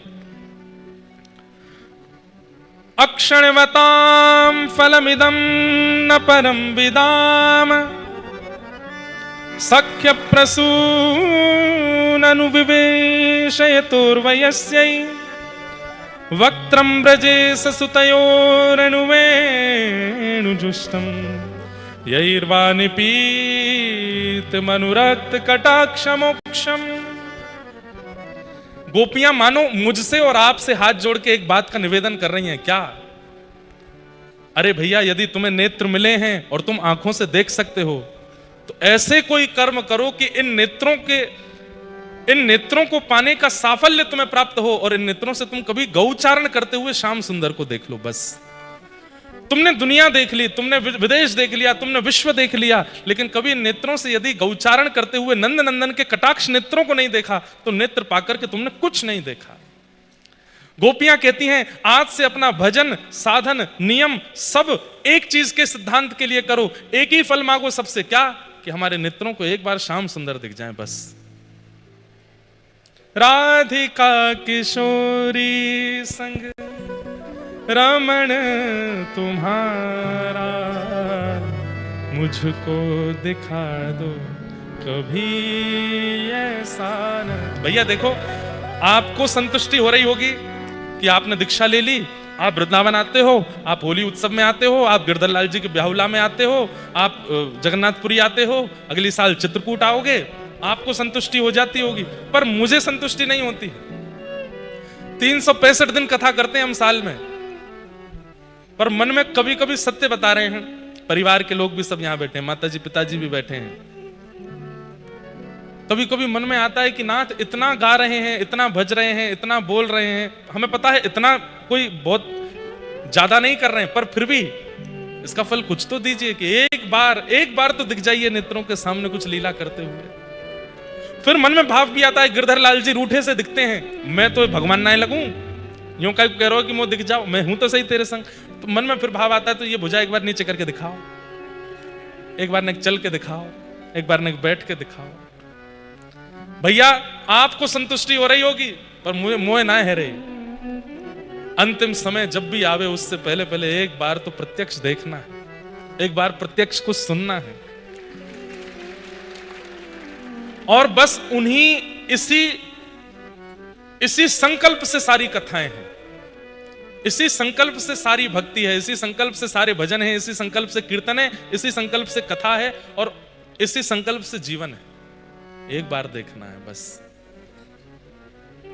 राधिका किशोरी संग रमण तुम्हारा, मुझको दिखा दो कभी ऐसा नजारा। राधिका किशोरी संग रमण तिहारा, मुझको दिखा दो कभी ऐसा। गिरधर लाल जी के ब्याहुला में कौन कौन आया था? हाथ ऊपर करो। और गिरधर लाल जी का ब्याहुला लाइव घर बैठ के किस किसने देखा था? लगभग जितने हैं सब ने। हाँ, पहले दिन ढाणिन लीला हुई थी गिरधर लाल जी के उत्सव में, तो जो ढाणिन बनकर के आए थे मंच पर, जो ढाणिन बनकर के आए थे मंच पर, उन्हीं की रचना है ये। उनकी रचना में अंतिम पंक्ति में रमन शब्द आता है। बहुत निष्किंचन है, ज्यादा किसी के सामने आते नहीं है, पर उनकी ऐसी ऐसी रचनाएं आज सबको याद है, लेकिन कोई नहीं जानता ये लिखी किसने। हमारे कृष्णदास भूटानी भैया वो गाते हैं उनके भाव, और भी हमारे दिव्यदास भैया वो भी गाते हैं, मैं भी गाता हूं, पर वो बरसाना में ही रहते हैं और हर बार राधाष्टमी के बाद ढाणिन बन के जाते हैं। उनके पद कौन कौन से पता है? चांद सा सलोना मुख लटे घूंघरारे हैं, ये उन्हीं का पद है। और कौन सा पद है? राधिका किशोरी संग रमण तुम्हारा, मुझको दिखा दो कभी ऐसा। और कौन सा पद है उनका? चाल टेढ़ी बाग टेढ़ी सिधरे, वाम मोती लटकन, डोले ब्रज कुंजों में झुमके राधारमन। इतने सुंदर सुंदर भाव उन्होंने लिखे हैं, और सब राधारमण जी के भाव से। तो वही बात यहां गोपियां कह रही हैं, अक्षणवताम फलमिदम न परम विदाम। अगर इन नेत्रों से कभी तुमने नंद के लाला को गैया चराते भय नहीं देखो, उनकी कटाक्ष का दर्शन नहीं किया, तो नेत्रों को पाकर के तुमने क्या देखा? कुछ भी तो नहीं देखा। फिर चाहे मैं मर जाऊं, फिर चाहे मैं मर जाऊं, फिर चाहे मैं मर जाऊं, फिर चाहे मैं मर जाऊं, बसा कर नैनन में, छिपा कर नैनन में, बसा कर नैनन में, छुपा कर नैनन में। ओ मनमोहन तुम्हें रिझाऊं, मनमोहन तुम्हें रिझाऊं, ओ तोहे नित नए लाड़ लड़ाऊं, ओ तोहे नित नए लाड़। कैसे? बसा कर नैनन में, छिपा कर नैनन में, बसा कर नैनन में, छुपा कर नैनन में। ओ रूप सुधा का पीऊं सामने बिठा के, नैनों की छैया में तुमको बिठा के, रूप सुधा का पीऊं सामने बिठा के, फूलों की छैया में तुमको लगा के,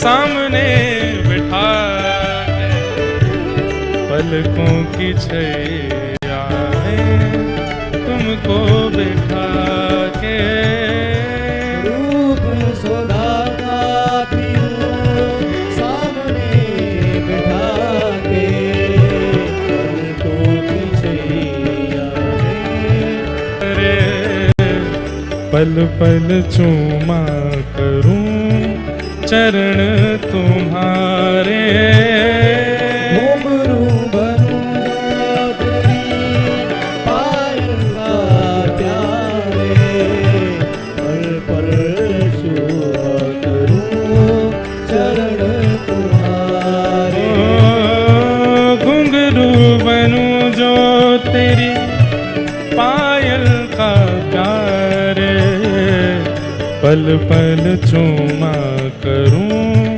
चरण तिहार ओ तेरे संग संग नाचूं गाऊं तेरे संग संग नाचूं गाऊं ओ तेरे संग संग नाचूं गाऊं तेरे संग संग नाचूं गाऊं बसा कर नैनन में छिपा कर नैनन में बसा कर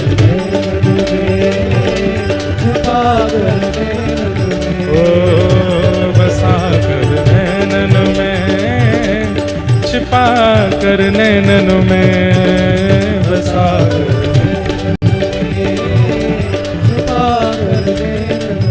मनमोहन तुम्हें रिझाऊं मनमोहन तुम्हें रिझाऊं हो तो है नित नए लाड लड़ाऊं नित नए लाड लड़ाऊं बसा कर नैनन में छिपा कर नैनन में बसा कर छुपा कर ओ बसा कर नैनन में छिपा कर नैनन में बसा कर छुपा कर जैसे यहाँ पर हमारे व्रज के भाव से गा रहे हैं ऐसे मीराबाई भी गाती हैं क्या थे के वो तो सांवरा में मोर मुकुट बन जाऊं थे के वो तो सांवरा में और मुकुट बन जाऊं थे के वो तो सांवरा में मोर मुकुट बन जाऊं देखो तो सांवरा में और मुकुट बन जाऊं हे पैरण लागे सांवरो जे पैरण लागे पैरण लागे सांवरो जे मैं मस्तक से लग जाऊं रे मैं तो हो मैं तो मस्तक से लग जाऊं रे हे मोहन हे गिरधर हे मोहन आओ तो सही गिरधर आओ तो सही माधव रे मंदिर में मीराबाई एकली खड़ी आओ तो सही गिरधर आओ तो सही माधव रे मंदिर में मीराबाई एकली खड़ी हे मोहन आओ तो सही गिरधर आओ तो सही माधव रे मंदिर में मीराबाई एकली खड़ी मोहन आओ तो सही गिरधर आओ तो सही माधव रे मंदिर में मीराबाई एकली बोलो राधा गिरधर लाल की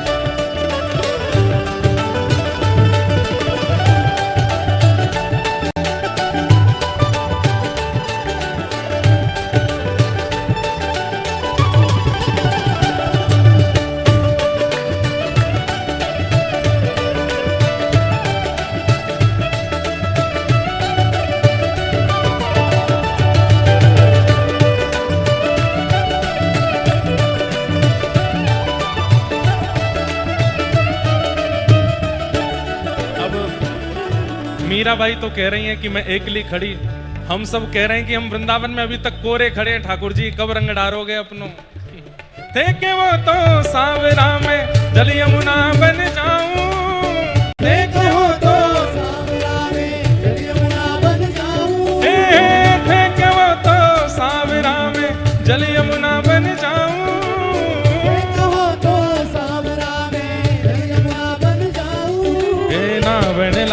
सावरो जे नावण लागे नावण लागे सावरो जे ओ मैं तो अंग अंग लग जाऊं रे मैं तो अंग अंग लग जाऊं रे हे मोहन हे गिरधर हे मोहन आओ तो सही गिरधर आओ तो सही माधव रे मंदिर में मीरा भाई एक लिए खड़ी मोहन आओ तो सही गिरधर आओ तो सही माधव रे मंदिर में मीरा भाई एक लिए खड़ी मोहन आओ तो सही गिरधर आओ तो सही माधव रे मंदिर में मीरा भाई एक लिए खड़ी मोहन आओ तो सही गिरधर आओ तो सही माधव रे मंदिर में मीरा भाई एक लिए खड़ी हे के वो तो सावरा में पुष्पहार बन जाऊं हे के वो तो सावरा में पुष्पहार बन जाऊं हे के वो तो सावरा में पुष्पहार बन जाऊं हे के वो तो सावरा में पुष्पहार बन जाऊं हे पैरण लागे सावरो जे पैरण लागे हाँ पैरण लागे सावरो जे ओ मैं तो हिवड़ा से लग जाऊं रे मैं तो हिवड़ा से लग जाऊं रे हे मोहन हे गिरधर हे मोहन हे गिरधर हे मोहन हे गिरधर हे मोहन हे गिरधर हे मोहन आओ तो सही गिरधर आओ तो सही माधव रे मंदिर में मीरा भाई एक लिए खड़ी आओ तो सही गिरधर आओ तो सही माधव रे मंदिर में मीरा भाई एक लिए खड़ी मोहन आओ तो सही गिरधर आओ तो सही माधव रे मंदिर में मीरा भाई एक लिए खड़ी आओ तो सही गिरधर आओ तो सही माधव रे मंदिर में मीरा भाई एक लिए खड़ी ओ मैं गिरधर की गिरधर मेरो मैं गिरधर की गिरधर मेरो हाँ मैं गिरधर की गिरधर मेरो हे मैं गिरधर की गिरधर मेरो हे मैं गिरधर की गिरधर मेरो मैं गिरधर की गिरधर मेरो हाँ मैं गिरधर की गिरधर मेरो हे मैं गिरधर की गिरधर मेरो जय जय श्री राम जय जय श्री राम जय जय श्री राम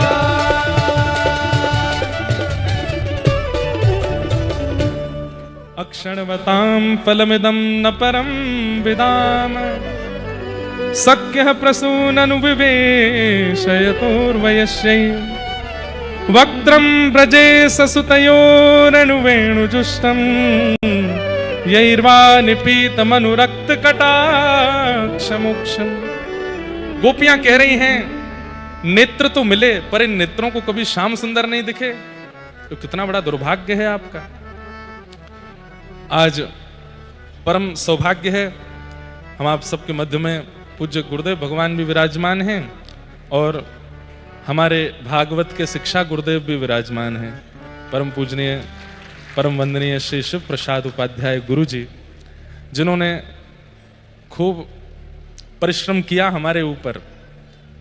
आप कहते हैं कि भाई आप तो ठाकुर जी के सुपुत्र हैं, आप चाहते तो हमसे ना पढ़ के भी कथा कर लेते। बात आप जैसी कहें वैसी आप कह सकते हैं, पर हमें पता है कि जितना योगदान आपका इस दास के हृदय को भागवत में बनाने में है वो निश्चित ही अतुलनीय है, उसकी कोई तुलना नहीं कर सकता है।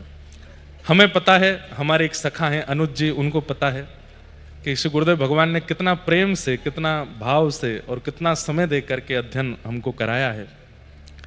कितने दिनों तक तो हम अपने घर में ऊपर ही रहते थे, नीचे आते ही नहीं थे उतर के, केवल गुरुदेव भगवान और हम बैठे रहते थे।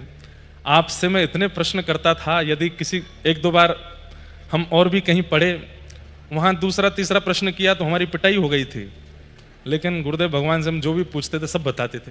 अब गुरुजी पढ़ा रहे हैं कि भाई सक्टासुर नामक दैत्य आया, छोटे से गोपाल जी ने अपने पांव लंबे किए और बैलगाड़ी पलट गई। अब मैं तब कॉन्वेंट स्कूल से ही पढ़ के निकले थे।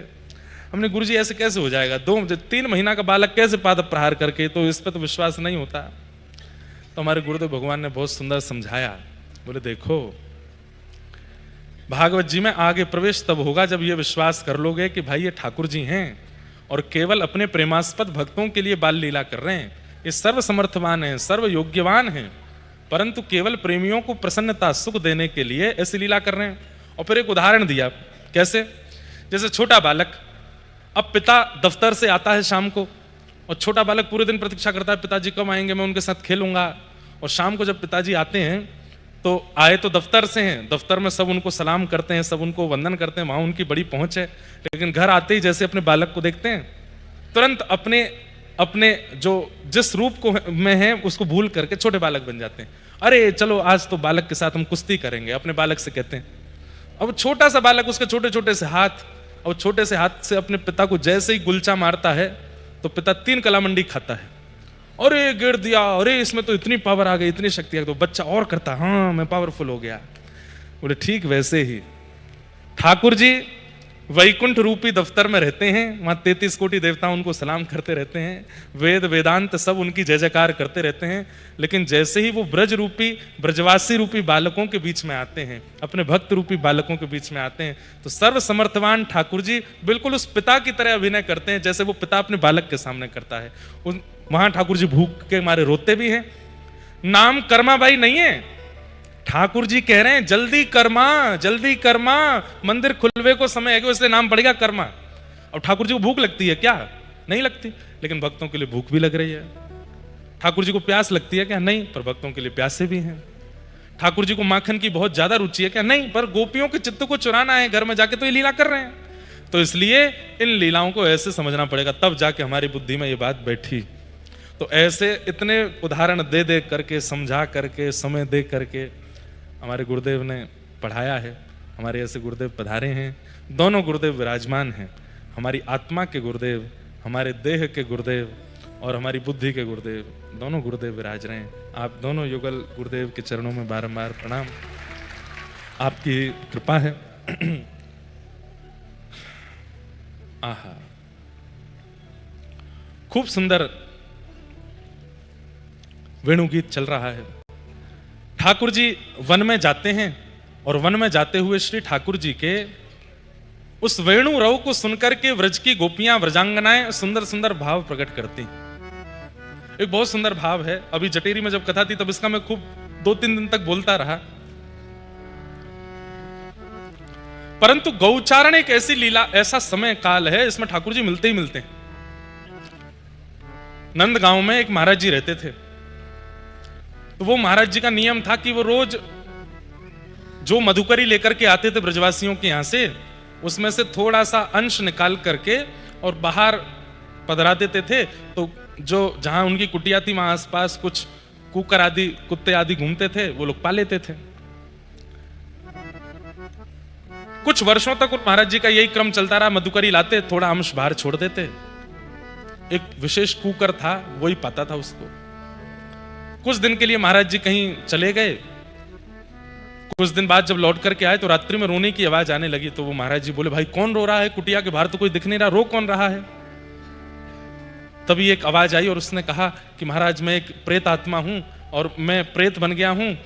आपसे ही मेरा उद्धार होना लिखा था, इसलिए मैं कुकर बन के आता था और आपके मधुकरी के बाद जो आपका उच्छिष्ट होता था उसको पा रहा था। मैं कुछ अंश और पाना था, वो पाते ही मेरी मुक्ति हो जानी थी, पर आप पता नहीं कहां चले गए तीर्थ यात्रा के लिए, मेरे वो अंश रह गए हैं और अब मैं फिर से प्रेत योनि में भटक रहा हूं।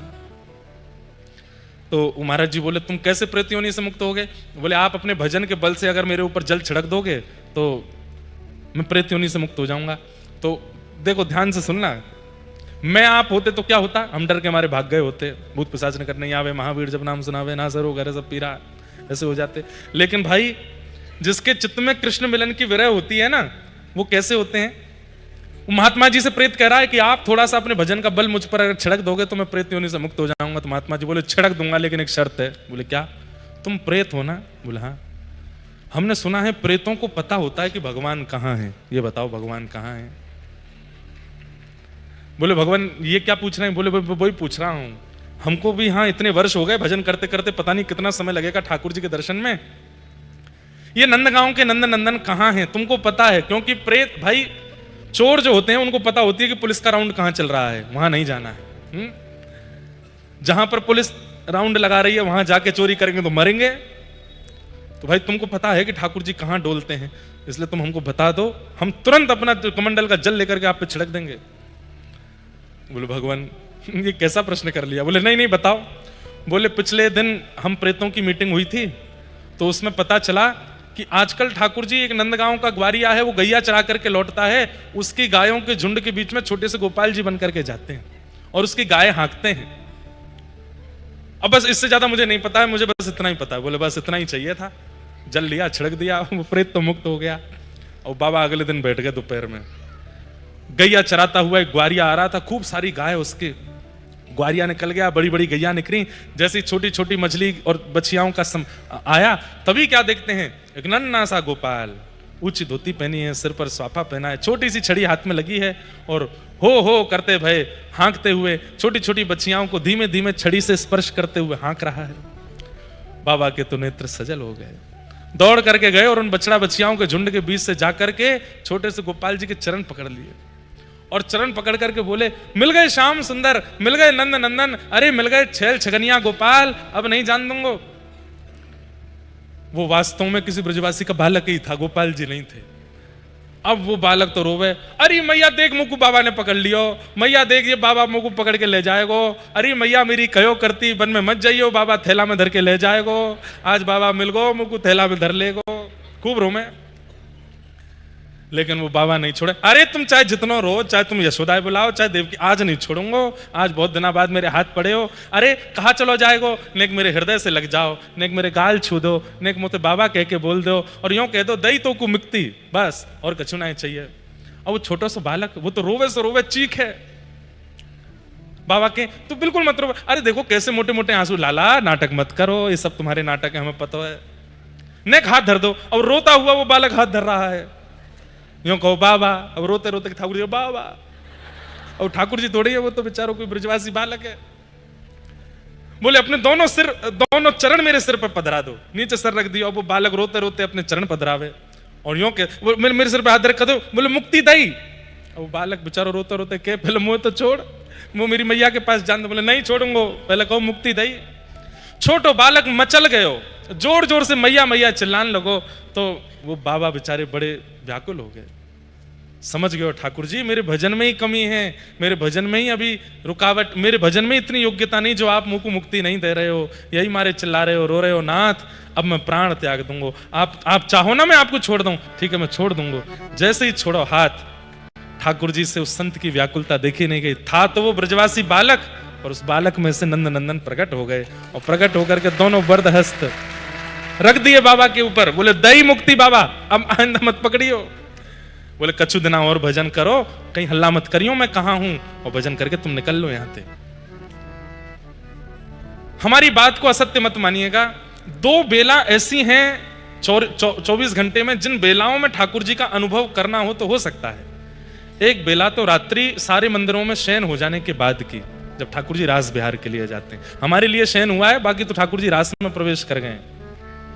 और दूसरी बेला है दोपहर 12:30 बजे के बाद, जब सारे मंदिर बंद होते हैं, ठाकुर जी गौचारण के लिए जाते हैं।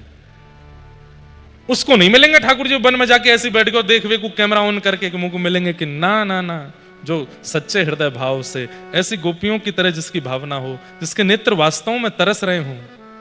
आहा, दरस बिन दुखन लागे नैन, दरस बिन दुखन लागे, हाँ दरस बिन दुखन लागे नैन, दरस बिन दुखन लागे। भाई आज तो हमारे पूज्य पिताजी ने डिमांड करी है, तो ये पद तो हमें गाना पड़ेगा। ठाकुर जी महाराज गौचारण कर रहे हैं और पूज्य गुरुदेव भगवान ने पहली बार किसी पद के लिए कहा है। गाइएगा मेरे साथ में। गौचारण कर रहे हैं। आगे गाय पाछे गाय, आगे गाय, आगे गाय पाछे गाय, आगे गाय पाछे गाय, इत गाय उत गाय, इत गाय उत गाय, गोविंद को गायन में,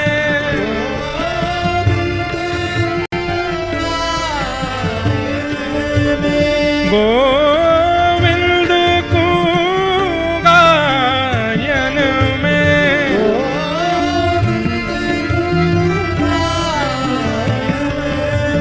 बसी वो ही भावे,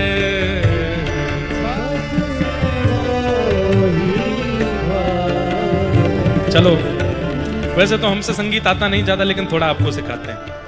2 बार ताल देनी है और 2 बार ताल देकर 1 बार खाली छोड़ना है और गाना है। कैसे? सुनो पहले।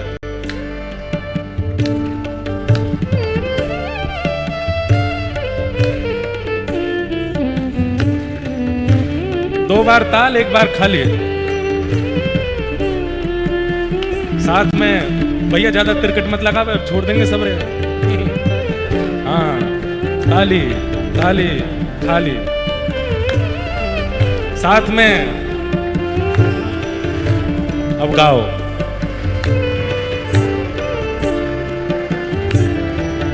हे आगे गाय पाछे गाय, आगे गाय पाछे गाय, इत गाय उत गाय, इत गाय। ताली के चक्कर में गावो भूल गए। कई लोग तो हाथ ही देख रहे हैं। बैठ जाओ सीधे, लेकिन गाओ।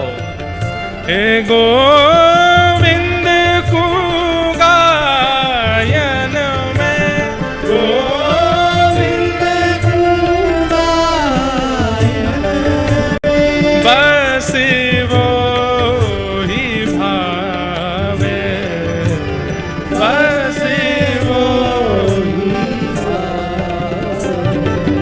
हे गायन के संग धावे,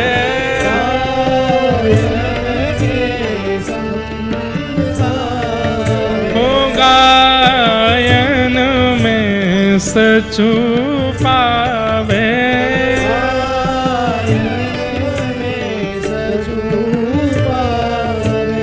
गायन की चरण रेणु,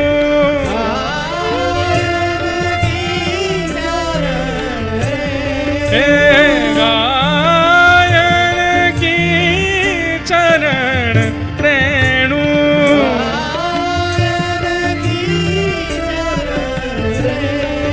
हो अंग लपटावे,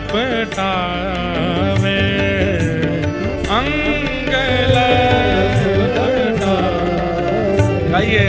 हे आगे गाय पाछे गाय, आगे गाय पाछे गाय, हे आगे गाय पाछे गाय।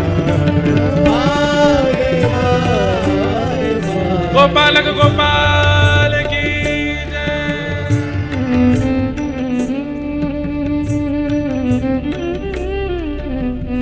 दर्शन करो।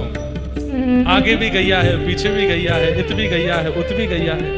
ऊंची धोती पहनी है, पैरन में कड़ूला पहने हैं, सिर पर पाग नहीं है, गाय के चरण बांधने वाला लोमना बांध रखा है, उसी लोमना में मोर पिच्छ बंधा है, गले में कोई हार नहीं है, वहां भी लोमना धारण कर रखे हैं।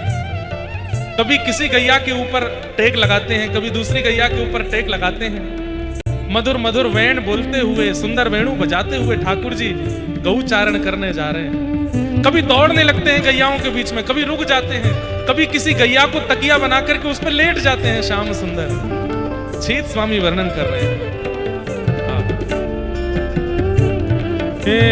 गायन सो व्रज छायो,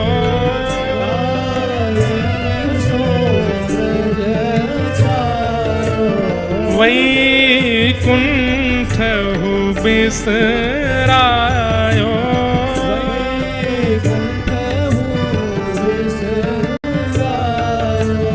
गायन सो व्रज छायो,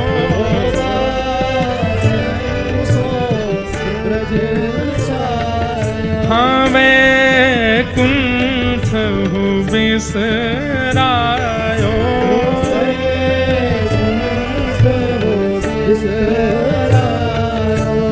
गायन के तगिरी,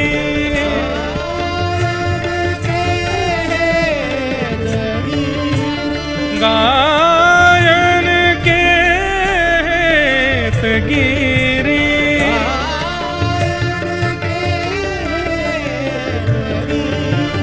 कर ले उठायो, कर ले उठायो, आगे गाय पाछे गाय, आगे गाय पाछे गाय, छीत स्वामी गिरधारी। अभी शायद 2-3 दिन पहले मैंने छीत स्वामी जी का प्रसंग सुनाया था कथा में। छीतू पंडा गुसाई जी की परीक्षा लेने के लिए गए थे, लेकिन गुसाई जी के दर्शन करके छीत स्वामी हो गए और फिर ऐसे ऐसी रचनाएं गाई कि श्री गिरधर लाल प्रत्यक्ष प्रकट होकर इनके साथ लीलाएं करते थे। ओ छीत स्वामी गिरधारी,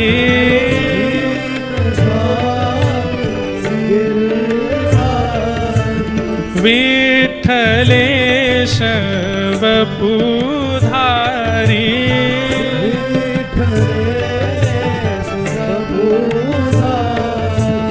ग्वारिया को भेष धरे,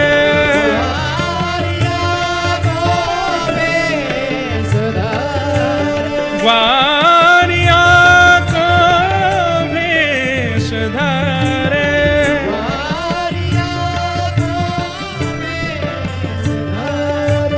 गायन में आवे, गायन में आवे, आगे गाय पाछे गाय, आगे गाय पाछे गाय, आगे गाय, आगे गाय, आगे गाय पाछे गाय। गोपाल कृष्ण भगवान की। ठाकुर जी गौचारण कर रहे हैं, गोपियां उनके मधुर रूप का दर्शन कर रही हैं, उसका सुंदर वर्णन वेणु गीत में किया गया। सुंदर भाव ऐसे बताते हैं कि ठाकुर जी की वेणु सुनकर के बछड़ा बछिया दूध पीना छोड़ देते हैं। अरे दूध पीना छोड़ नहीं देते, दूध पीते पीते वहीं रुक जाते हैं। दुग्ध मुख में है, उसको अंदर ले नहीं रहे हैं। वर्णन करती हैं गोपियां कि एक दूध अंदर ले क्यों नहीं रहे हैं।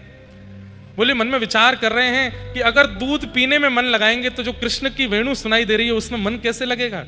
तो इसलिए मुख में ही दूध है और बाहर इसलिए नहीं निकाल रहे हैं कि कृष्ण वेणु सुनते हुए मैया के थन से दूध आया है, इसलिए ये प्रसाद है, इसलिए हम इसको त्याग नहीं सकते।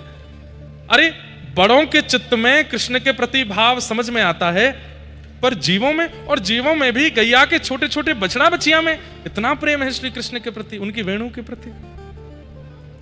आदि आदि सब भाव यहाँ कहे गए हैं, बहुत सुंदर है वेणु गीत। एक जगह इसमें भाव आता है कि श्री यमुना जी ठाकुर जी का जाके आलिंगन कर रही हैं। तब गोपियां कहती हैं कि यमुना आलिंगन करेगी तो वृंदावन डूब जाएगा, ये यमुना आलिंगन कैसे कर रही है। तब इतना सुंदर भाव इसका वर्णन करते हैं कि कृष्ण वेणु सुनकर के वृक्षों में जितने भी पुष्प थे, वो वृक्ष चाहते तो हैं कि हम अपने पुष्प कृष्ण चरणार बिंदों में अर्पित करें, पर ठाकुर जी दूर हैं, कैसे जाएं? तो उन्होंने झर करके अपने पुष्पों को यमुना जी में प्रकट कर दिया। वन के हिरण अपने कृष्ण सार पति हिरण के साथ में हिरणियां, वो मन में विचार कर रही हैं कि हम ठाकुर जी को अपनी नाभि का कस्तूरी देना चाहती हैं, परंतु हम कहीं कृष्ण के समीप गई तो वो डर के हमसे भाग ना जाएं, तो वे अपना कस्तूरी भी यमुना जी में प्रकट कर देती हैं। बछड़ा बछियाओं ने दूध पीना छोड़ दिया, लेकिन कृष्ण वेणु सुनकर के जो गैयाओं के थन से दुग्ध प्रवाह था वो रुका नहीं है, वो चलता जा रहा है, और एक साथ इतनी गैयाओं का दूध बह करके यमुना जी में जाकर के मिल रहा है, जिससे यमुना जी गौर वर्णा हो रही हैं। तभी एक गोपी वर्णन करती है, अरे देखो ये यमुना नहीं है तो कौन है? बोले यमुना तो सांवली है, परंतु आज दूध के सुंदर भाव से ये गौर वर्ण किशोरी जी हैं। तभी सब वृक्षों ने अपने पुष्पों से उनका श्रृंगार कर दिया है, हिरण ने अपनी कस्तूरी से उनको इत्र मंडित कर दिया है, और जैसे ही किशोरी जी के रूप में श्री यमुना जी प्रकट हुई हैं, किशोरी जी ही जाकर के श्री कृष्ण का आलिंगन कर रही हैं, वही जाकर के उनको हृदय से लगा रही हैं। एक प्रकार से यमुना जी सबके भावों को ले जाकर के ठाकुर जी के चरणों से अर्पित कर रही हैं, पर गोपियों को विविध विविध भाव से उसका दर्शन हो रहा है। ऐसे वेणु गीत को हम प्रणाम करते हैं। अब आगे का जो प्रसंग है, कल विश्राम की कथा है। कल कथा का समय भी सुबह है, 9:30 बजे से 12 बजे तक। आप सब लोग सुबह के सत्र में ही आ जाइएगा। दोपहर के सत्र में फिर ठाकुर जी का होली उत्सव कल भक्तिपद गौकुलम में होगा। बाहर उसका स्कैन बोर्ड भी लगा दिया है, जिससे स्कैन करके आप मैप से पहुंच सकते हो। बाकी गूगल मैप पे भी है। अपनी व्यवस्था से 2-2:30 बजे तक सब पहुंच जाना। 5:30 बजे उत्सव विश्राम वहां हो जाएगा। सब लोग कल भक्तिपद गौकुलम आना। कोई रंग लेके मत आना, गुलाल लेके मत आना, आप तो कोरे कोरे आना। रास्ता में कोई रंग डारे नहीं, वहीं आना। सीधे ठाकुर जी के टेसू के रंग और टेसू के पिचकारी आपको लगेगी, वही से रंगित होनो है कल। और सुबह कथा होगी, शाम को उत्सव होगा। अभी यहाँ ठाकुर जी की मधुर होरी को ब्याह होएगा, ठाकुर जी को वाको हम दर्शन करेंगे। उससे पूर्व हमारी प्रार्थना है कि पूज्य गुरुदेव भगवान भी विराजमान हैं, पूज्य आचार्य चरण भी विराजमान हैं। आपकी भावांजलि थोड़ी प्रस्तुत हो जाए, सबको आशीष प्राप्त हो जाए, और फिर उसके बाद हम लोग यहाँ ठाकुर जी का आज ब्याह का मनोरथ करेंगे। कोई नहीं जाएगा उठ के, जो उठ के गयो वाको अगले जन्म में ब्याह नहीं होएगो। ठाकुर जी को होरी को ब्याह है, कोई छोड़ के मत जाइयो भैया, वहां को दर्शन करो। अरे जो ठाकुर जी को यहाँ ब्याह देख जाएगो ना, वहां के और जितने ब्याह लिखे होंगे वो सब भी यहीं पूरे हो जाएंगे, अगलो जन्म ही नहीं होएगो। निज वृंदावन की प्राप्ति है जाएगी। और आज होली के रसिया करके एक सुंदर भाव भक्ति पथ पर आयो है। वहां में 3 रसिया हैं। एक रसिया तो हमने ही लिखो है, गिरधर लाल बनो है रसिया, पहली रसिया। दूसरी रसिया हमारे वृंदावन के रसिका पागल बाबा ने गायो है, होरी खेले तो आ जाइयो बरसाने। और तीसरा रसिया वही के अंदर, एक ही के अंदर है, रसिया को नार बनाओ री। एक रसिया हमने पिछले साल लिखा था, पता नहीं कैसे निकल गया दिमाग से, प्यारी श्यामा को लाला बनाओ री, प्यारी श्यामा को। हमने की लाला ही नार काय को बने, एक बार लाली को भी लाला बनाओ। तो जब यहाँ पे ब्याहुला होएगो तो वो पद हम तब गाएंगे कि श्री प्रिया जी लाला कैसे बनी हैं। वो सब भाव अभी सुनेंगे। अभी आचार्यों की कुछ वाणी हम श्रवण कर लें, उसके पश्चात फिर वो होली के रसिया यहाँ चलते रहेंगे। तब तक गिरधर लाल जी यहाँ विराजेंगे, और फिर हम लोग बढ़िया प्रेम से ठाकुर जी को ब्याहुला होरी को ब्याह करेंगे। बोल होरी के रसिया की। याद रखियो, उठ के नहीं जानो है। सब लोग श्रवण करेंगे, उत्सव देखेंगे, और फिर कल को उत्सव तो वहीं गौशाला में होएगा, वहीं आनंद करेंगे। सब लोग प्रेम से विराजो, दर्शन करो। बोल वृंदावन बिहारी लाल की जय। बोलिए बांके बिहारी लाल की। थक गए क्या? तो फिर जयकार में कंजूसी किस बात की? यहाँ तो ब्रज में कहा जाता है कि बसंत में लोग बहुराते हैं, तो आप लोगों को अभी होली का रंग नहीं चढ़ा होगा। बोलिए बांके बिहारी लाल की, गिरधर लाल भगवान की, सदगुरुदेव भगवान की जय जय श्री। देखो भैया, सबसे पहले भगवान बांके बिहारी गिरधर लाल के चरणों में कोटि कोटि नमन, व्यासपीठ को नमन और पूज्य हमारे ठाकुर जी, इनके विषय में तो हम क्या कहें। आप सभी के अंदर विराजमान परमात्मा को कोटिशा नमन। सभी को जय श्री राधे, जय श्री कृष्ण। पहली बात तो हम व्याकरण के छात्र रहे, तो व्याकरण का जो छात्र होता है वो थोड़ा निरस होता है। शुष्को वृक्षा तिष्ठत्यग्रे, किसी वैयाकरणी से पूछा जाए भाई सूखा पेड़ सामने खड़ा है तो क्या कहेगा पता है? बड़ा कड़क भाषा, शुष्को वृक्षा तिष्ठत्यग्रे। और यही बात किसी साहित्य से पूछा जाए तो क्या कहेंगे? बोले नीरस तरु रिहा बिलसति पुरता है।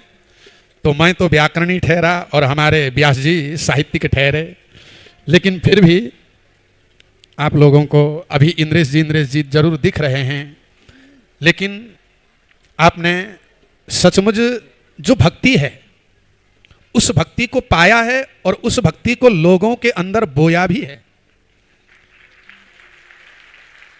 आप विश्वास करोगे नहीं करोगे, शायद वो वीडियो वगैरह आपको फेसबुक में यूट्यूब में मिलेंगे नहीं मिलेंगे, कि अकेले यमुना किनारे, शायद अनुज कभी पहुंच जाते कभी नहीं पहुंच पाते, यमुना जी किनारे गए और एक छोटा सा माइक ले लिया और जमुना मैया को कथा सुना रहे हैं। कभी 3 घंटा सुना रहे हैं, कभी 4 घंटा, कोई श्रोता नहीं। तो ये कौन कर सकता है? जिसके अंदर भक्ति हो वही ना कर सकता है। इतना करने की जरूरत क्या थी? जब पिताजी अंतरराष्ट्रीय प्रवक्ता थे, वो तो बड़े बड़े मंच में जाकर प्रवचन दिलाते थे और प्रवचन करते भी थे, लेकिन पिताजी कई बार ठाकुर जी डर जाते थे, क्यों? कहीं लाला को वैराग्य न हो जाए। और सबसे बड़ी बात बताऊं, जब इनकी ब्याह की चर्चा हम ऊपर पढ़ते थे, जब नीचे आते थे, तो मैं रोज लगभग एक बार ब्याह की चर्चा छेड़ता ही था। तो ये खाली ये बताते थे, गुरुजी सब कुछ बताना, बोले ब्याह की चर्चा भी मत करना है। क्योंकि मुझे यमुना जी को अकिंचन, एक कथा के नाम ही क्या रखते थे? अकिंचन कथा। अकिंचन का मतलब न मुझे कुछ चाहिए, न मेरे पास लेने के लिए कुछ है, न मुझे देने के लिए कुछ है। और आपको मैं जब कभी भी देखता हूं, बालक अवस्था से ही और आज तक उसी रूप में देख रहा हूं। शायद सुंदरकांड का वो श्लोक सबको याद होना चाहिए। गोस्वामी जी कहते हैं, नान्यास्पृहा रघुपते हृदये स्मदीये सत्यम बदामि च भवान् अखिलांतरात्मा भक्तिं प्रयच्छ यदुपुंगव निर्भरां मे कामादिदोषरहितं कुरु मानसं च। गोस्वामी जी अपने भाव प्रकट करते हैं। सुंदरकांड का मंगलाचरण है कि हे परमात्मा, नान्यास्पृहा, मुझे और कोई चाह है ही नहीं। अब इंद्रेश जी जब गा रहे थे ऐसा कैसा लग रहा था? सच बताओ। नान्यास्पृहा रघुपते हृदये स्मदीये, मेरे हृदय में कोई चाह है ही नहीं। बोले प्रभु मैं झूठ नहीं बोल रहा हूं, सत्यम बदामि च भवान् अखिलांतरात्मा।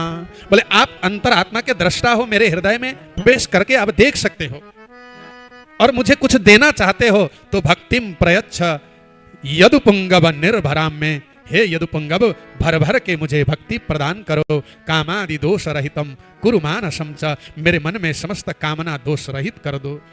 मैं इस श्लोक को हमारे इंद्रेश जी के साकार स्वरूप सचल विग्रह के रूप में दर्शन करता हूं, क्योंकि आपका जो है भक्ति पथ का अर्थ होता है कुछ नहीं चाहिए, केवल भगवत भक्ति चाहिए। और जो भगवत भक्ति प्राप्त कर लेता है उसको ठाकुर जी सब कुछ देते हैं, इसमें कोई संदेह नहीं है। राजा परीक्षित जब दिग्विजय में गए तो पूर्वजों की विषय में सुना, सारथ्य से बना कि भगवान पांडवों के सारथी बने, पांडवों के रक्षक बने, पांडवों के दूत बने। तो भाई धर्मराज युधिष्ठिर में ऐसा कौन सा पावर था? ठाकुर जी को अपना रक्षक बना लिया, ठाकुर जी को सारथी बना लिया। तो कथा सुनते सुनते बाद में परीक्षित को पता चला, अरे हमारे पूर्वज तो केवल ठाकुर जी की भक्ति करते थे और भक्ति से सब कुछ उन्हें प्राप्त हुआ।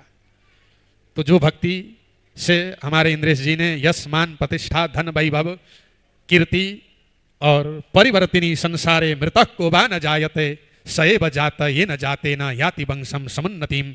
जन्म लेकर प्रत्येक व्यक्ति को मरना पड़ता है, उसी का जीवन सार्थक होता है। जो अपने पूर्वज, अपने गुरु, अपने माता, अपनी देश, अपना धर्म, अपना यश नाम कीर्ति को उत्तरोत्तर वृद्धि करता है, ऐसे भक्ति संपन्न व्यास जी को बहुत बहुत आशीर्वाद।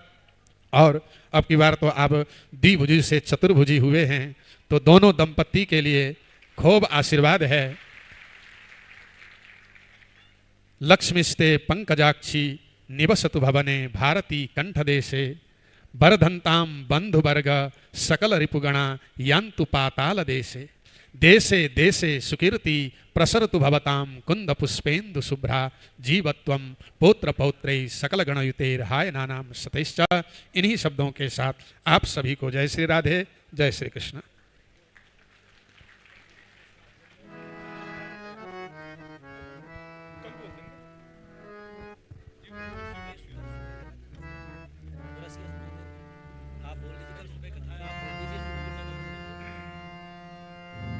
अस्ते स्वस्तरुणी कराग्र विगलत कल्प प्रसूनाप्लुतम। वस्तु प्रस्तुत वेणुनादलहरी निर्माण निर्व्याकुलम। स्रस्त स्रस्त निबद्धनी बिबिलसत् गोपी सहस्रावृतम। हस्तन्यस्तनतापवर्गमखिलोदारं किशोराकृतिः। कृष्णत्वदीयपदपङ्कजपञ्जरान्ते अद्यैव मे विशतु मानसराजुहंस। प्राणप्रयाणसमये कफवातपित्तैः कण्ठावरोधनविधौ स्मरणं कुतस्ते।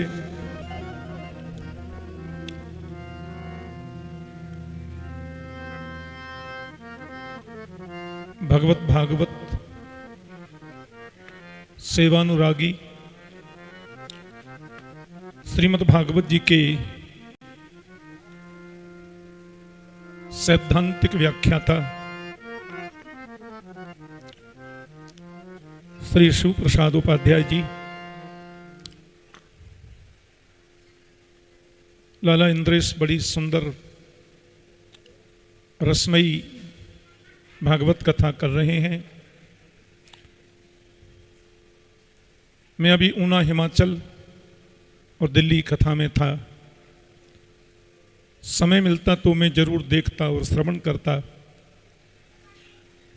गिरधर लाल जी की कृपा है और संत महापुरुषों का अनंत आशीर्वाद है। हमें तो प्रसन्नता होती है, आनंद की पवित्रतम अनुभूति होती है। और ये व्रज की भूमि है। श्रावण मास हो तो झूलनोत्सव, कार्तिक मास हो तो विविध पूजाओं के माध्यम से उत्सव, और होली का अवसर आवे तो वसंत पंचमी से पूर्णिमा तक 40 दिन का होली महोत्सव हम ब्रजवासी लोग मनाते। कथा के आयोजक हमारे परम स्नेही राष्ट्र प्रेमी भगवत चरणानुरागी श्री ओम प्रकाश शर्मा जी, जो जयपुर से पधारे, उनका संपूर्ण परिवार, उनकी अति श्रद्धा, अति प्रीति। मैं यहां से हिमाचल को जब जा रहा था तो मुझसे मिलने आए कार्ड देने के लिए, और मुझसे कहा कि मेरी मन की अभिलाषा है कि साल में एक कथा श्री इंद्रेश जी महाराज हमारे द्वारा किया करें। ये हमारी अभिप्सा है। बद्रीनाथ में कथा रखी, जगन्नाथ धाम में कथा का बड़ा विराट आयोजन रखा ओम प्रकाश जी ने, और अब के श्रीधाम वृंदावन में होलिकोत्सव भागवत की कथा हो रही है। ये व्रज की भूमि है। अनेक रूप रूपाय विष्णवे प्रभ विष्णवे। परमात्मा के अनेक रूप हैं। परमात्मा अनंत लीलाओं के माध्यम से भक्तों को आनंद की अनुभूति कराते हैं, और भक्त लोग इन उत्सवों के माध्यम से परमात्मा का मुखोल्लास करते हैं। इसके माध्यम से प्रभु को आनंदित और सुखी रखने का प्रयास करते हैं कि थोड़ा गोविंद मुस्कुरा जाए। अभी गोचारण का प्रसंग चल रहा था वेणु गीत के माध्यम से। तम घोर जत श्रुत कुंतल बद्ध बरह वन्य प्रसून रुचरे क्षण चारुहासम वेणुम कुणंतमनुगैरनुगीत कीर्ति गोप्यो दिदीक्षित दृशो भगवन समेता। क्या सुंदर भाव है। गोविंद जब प्रथम बार गौ चरा करके लौट रहे हैं और बलराम जी के माध्यम से धनुकासुर का उद्धार करा चुके हैं, तो गायों में होड़ लगी है कि हम गोविंद के साथ चलें। अभिजीत स्वामी का इतना सुंदर पद, जब ये भाव चल रहा था तो मेरे मन में भाव आया। इंद्रेश वो पद सुना में, और वो पद जब श्रवण करते हैं, आगे गाय पीछे गाय इत गाय उत गाय, गायन के मध्य मोहि बसबो ही भावे। संतों की कितनी सुललित वाणी है। तो गायों के अंतर हृदय में यह भाव जगता है कि हम कृष्ण के साथ चलें। अब क्योंकि भगवान दिन भर गौ चरा करके लौट रहे हैं, मुखारबिंद पर थोड़े थोड़े पसीना की बिंदु हैं, और गाय जब चल रही है तो उनके चरणों से गोधूली उड़ रही है। तम गो रजत सरित कुंतल बद्ध बरह वन्य प्रसून रुचरे क्षण चारुहासम वेणुम कुणंतमनुगैरनुगीत कीर्ति गोप्यो दिदीक्ष दर्शो भगवन समेता। गायों को आनंद मिल रहा है, और गायों के चरणों से उड़ने वाली धूल गोविंद के मुखारबिंद पर आए पसीना पर जब चिपट जाती है तो ऐसी प्रतीति होती है मानो देवताओं ने स्वर्ग के नंदन बन के श्वेत पुष्प गोविंद के मुख पर लगा दिए हैं क्या। तो यहां भगवान सबको सुख प्रदान करते हैं। स्थावर जंगम अंडज उद्भिज स्वेदज जरायुज सबको आनंद देते हैं। वेणु गीत में ही वर्णन आता है, प्रायो वताम्ब विहगा, प्रायो वताम्ब विहगा मुनयो बनेस्मिन् कृष्णे क्षितं तदुदितं कलु वेणुगीतम आरुह्य द्रुमभुजान् रुचिरप्रवालान् शृण्वन्तमीलितदृशो भगवन समेता। यानी वृंदावन के जो बिहग मीन्स पक्षी हैं, प्रायो वताम्ब बिहगा मुनियो बनेस्मिन्, वृंदावन के वृक्ष भी सब संत हैं, और वृक्षों के पत्तों के झुरमुट में नेत्र बंद करके वेणु के वेणु निनाद को, जो कृष्ण के वेणु के निनाद को सुन रहे हैं, वो पक्षी भी सब संत हैं। प्रायो वताम्ब बिहगा मुनियो बनेस्मिन्, इस वन में निवास करने वाले जितने पक्षी हैं वो सब मुनि हैं। कृष्णेक्षितम तदुदितम कलु वेणुगीतम, नेत्रों को बंद करके पत्तों में छुप करके गोविंद के वेणु का निनाद जब सुनते हैं, ये तो वेणु है। वह ब्रह्मानंदम इहि विषयानंदम पवोणम यस्मात् स वेणु, ब्रह्मानंद और विषयानंद दोनों जिसके सामने अणु हो जाए, विषयानंद का तो वहां प्रवेश नहीं है, और ब्रह्मानंद की जो सुखानुभूति है उससे भी अनंत सुख ये वेणु देता है। ऐसे गोविंद के वेणु को सुनकर के चेतन जो गाय हैं उनको जड़ जैसी अनुभूति होती है। गोविंद के वेणु को सुनकर के गाय के मुंह में लगा है चारा और खाना भूल गई, मुंह खोल करके अपने दोनों कानों को खड़े करके गोपाल के वेणु के निनाद को सुन रही है।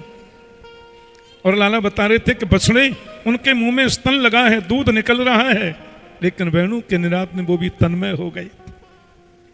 तो चैतन्य जो गाय है वो वेणु को सुनकर के जड़वत हो जाती है, और जड़ जो लकड़ी है, जो चूल्हे में जलने वाली लकड़ियां जड़ी तो हैं, उन जड़ी लकड़ियों में चैतन्यता आ जाती है। जब कन्हैया मुरली बजा करके लौट करके सायंकाल घर पे आए तो गोपियों ने कृष्ण से कहा, लाला मुरली मत बजायो करो, मुरहर रंधन समय मां कुरु मुरली रवम मधुरम नीरस मेधो रसताम कृशानुरप्येति कृष तरताम। लाला हर समय मुरली बजाओ, कोई दिक्कत ना है, पर रंधन समय मुरली रवम मां कुरु, जहां समय हम घर में भोजन बनायो करें वह समय मुरली मत बजाओ। कन्हैया बोले, हमें क्या पता तुम कब भोजन बना रही हो। और सुनो, भोजन बनाते समय यदि मुरलियां सुन लेगी ना तो तुम्हारा खट्टो भोजन भी मीठो हो जाएगा। गोपी बोली, लाला खट्टो मीठो तो कुआ भाड़ में गए, बन ही ना पावे। नीरस मेधो रसताम कृशानुरप्येति कृशतरताम। तुम्हारी मुरली को सुनकर के चूल्हे में जलने वाली जो सूखी लकड़ी है, नीरस मेधो रसताम एति कृशानु अपि कृशतरताम एति। तुम्हारी मुरली को सुनकर के सूखी लकड़ियों में से पानी टपकना शुरू हो जाता है, वो रसमयी हो जाती है वेणु निनाद से। और कृशानु अपि कृशतरताम एति, कृशानु जो अग्नि है वो मुरली को सुनकर के बुझ जाती है, अग्नि जल नहीं पाती है। तो चैतन्य गाय मुरली को सुनकर के जड़वत हो जाती है, और जड़ जो लकड़ी है वो मुरली को सुनकर के चैतन्य बन जाती है। तो जड़ को चेतन बनाना और चेतन को जड़ बनाना मेरे गिरधर लाल की वेणु के निनाद के बाएं हाथ का खेल है। बोलो जय श्री कृष्ण। ऐसी सुंदर ब्रज की लीला यहाँ रंगोत्सव के रूप में यहाँ चल रही है। और हमारे वैसे तो हमारे छोटे भाई हैं श्री शिव प्रसाद उपाध्याय जी, श्रीमद् भागवत का महापुरुषों को अक्षर ज्ञान के माध्यम से भागवत बोध कराते हैं। आज भी इस उत्सव में पधारे, बहुत बहुत अभिनंदन, बहुत बहुत स्वागत।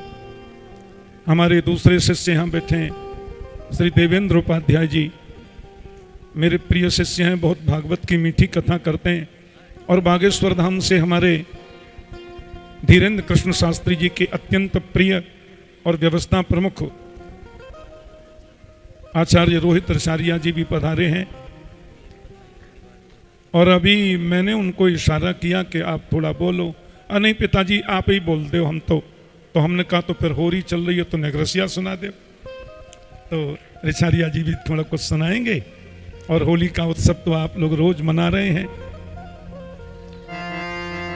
और इंद्रेश तो इतने भाव निमग्न हो जाते हैं होली में, फिर ये कुछ देखते थोड़ा ही है। रंग मुंह में जा रहा है, कान में घुस रहा है, कोई मतलब ना है। हम कहते हैं थोड़ा ध्यान रखा करो, तो रखते हैं, बात मानते हैं। बहुत आज्ञाकारी पुत्र है मेरा, और मुझे आनंद की अनुभूति होती है श्रवण करके। एक बात मैं कहूं, संतों का आशीर्वाद है, गिरधर लाल की कृपा है, और संपूर्ण विश्व के जो श्रोत्री वृंद हैं, विशेषकर इंद्रेश के शिष्य हैं, श्रोतागण हैं, उन सबका भी बहुत प्यार मिलता है।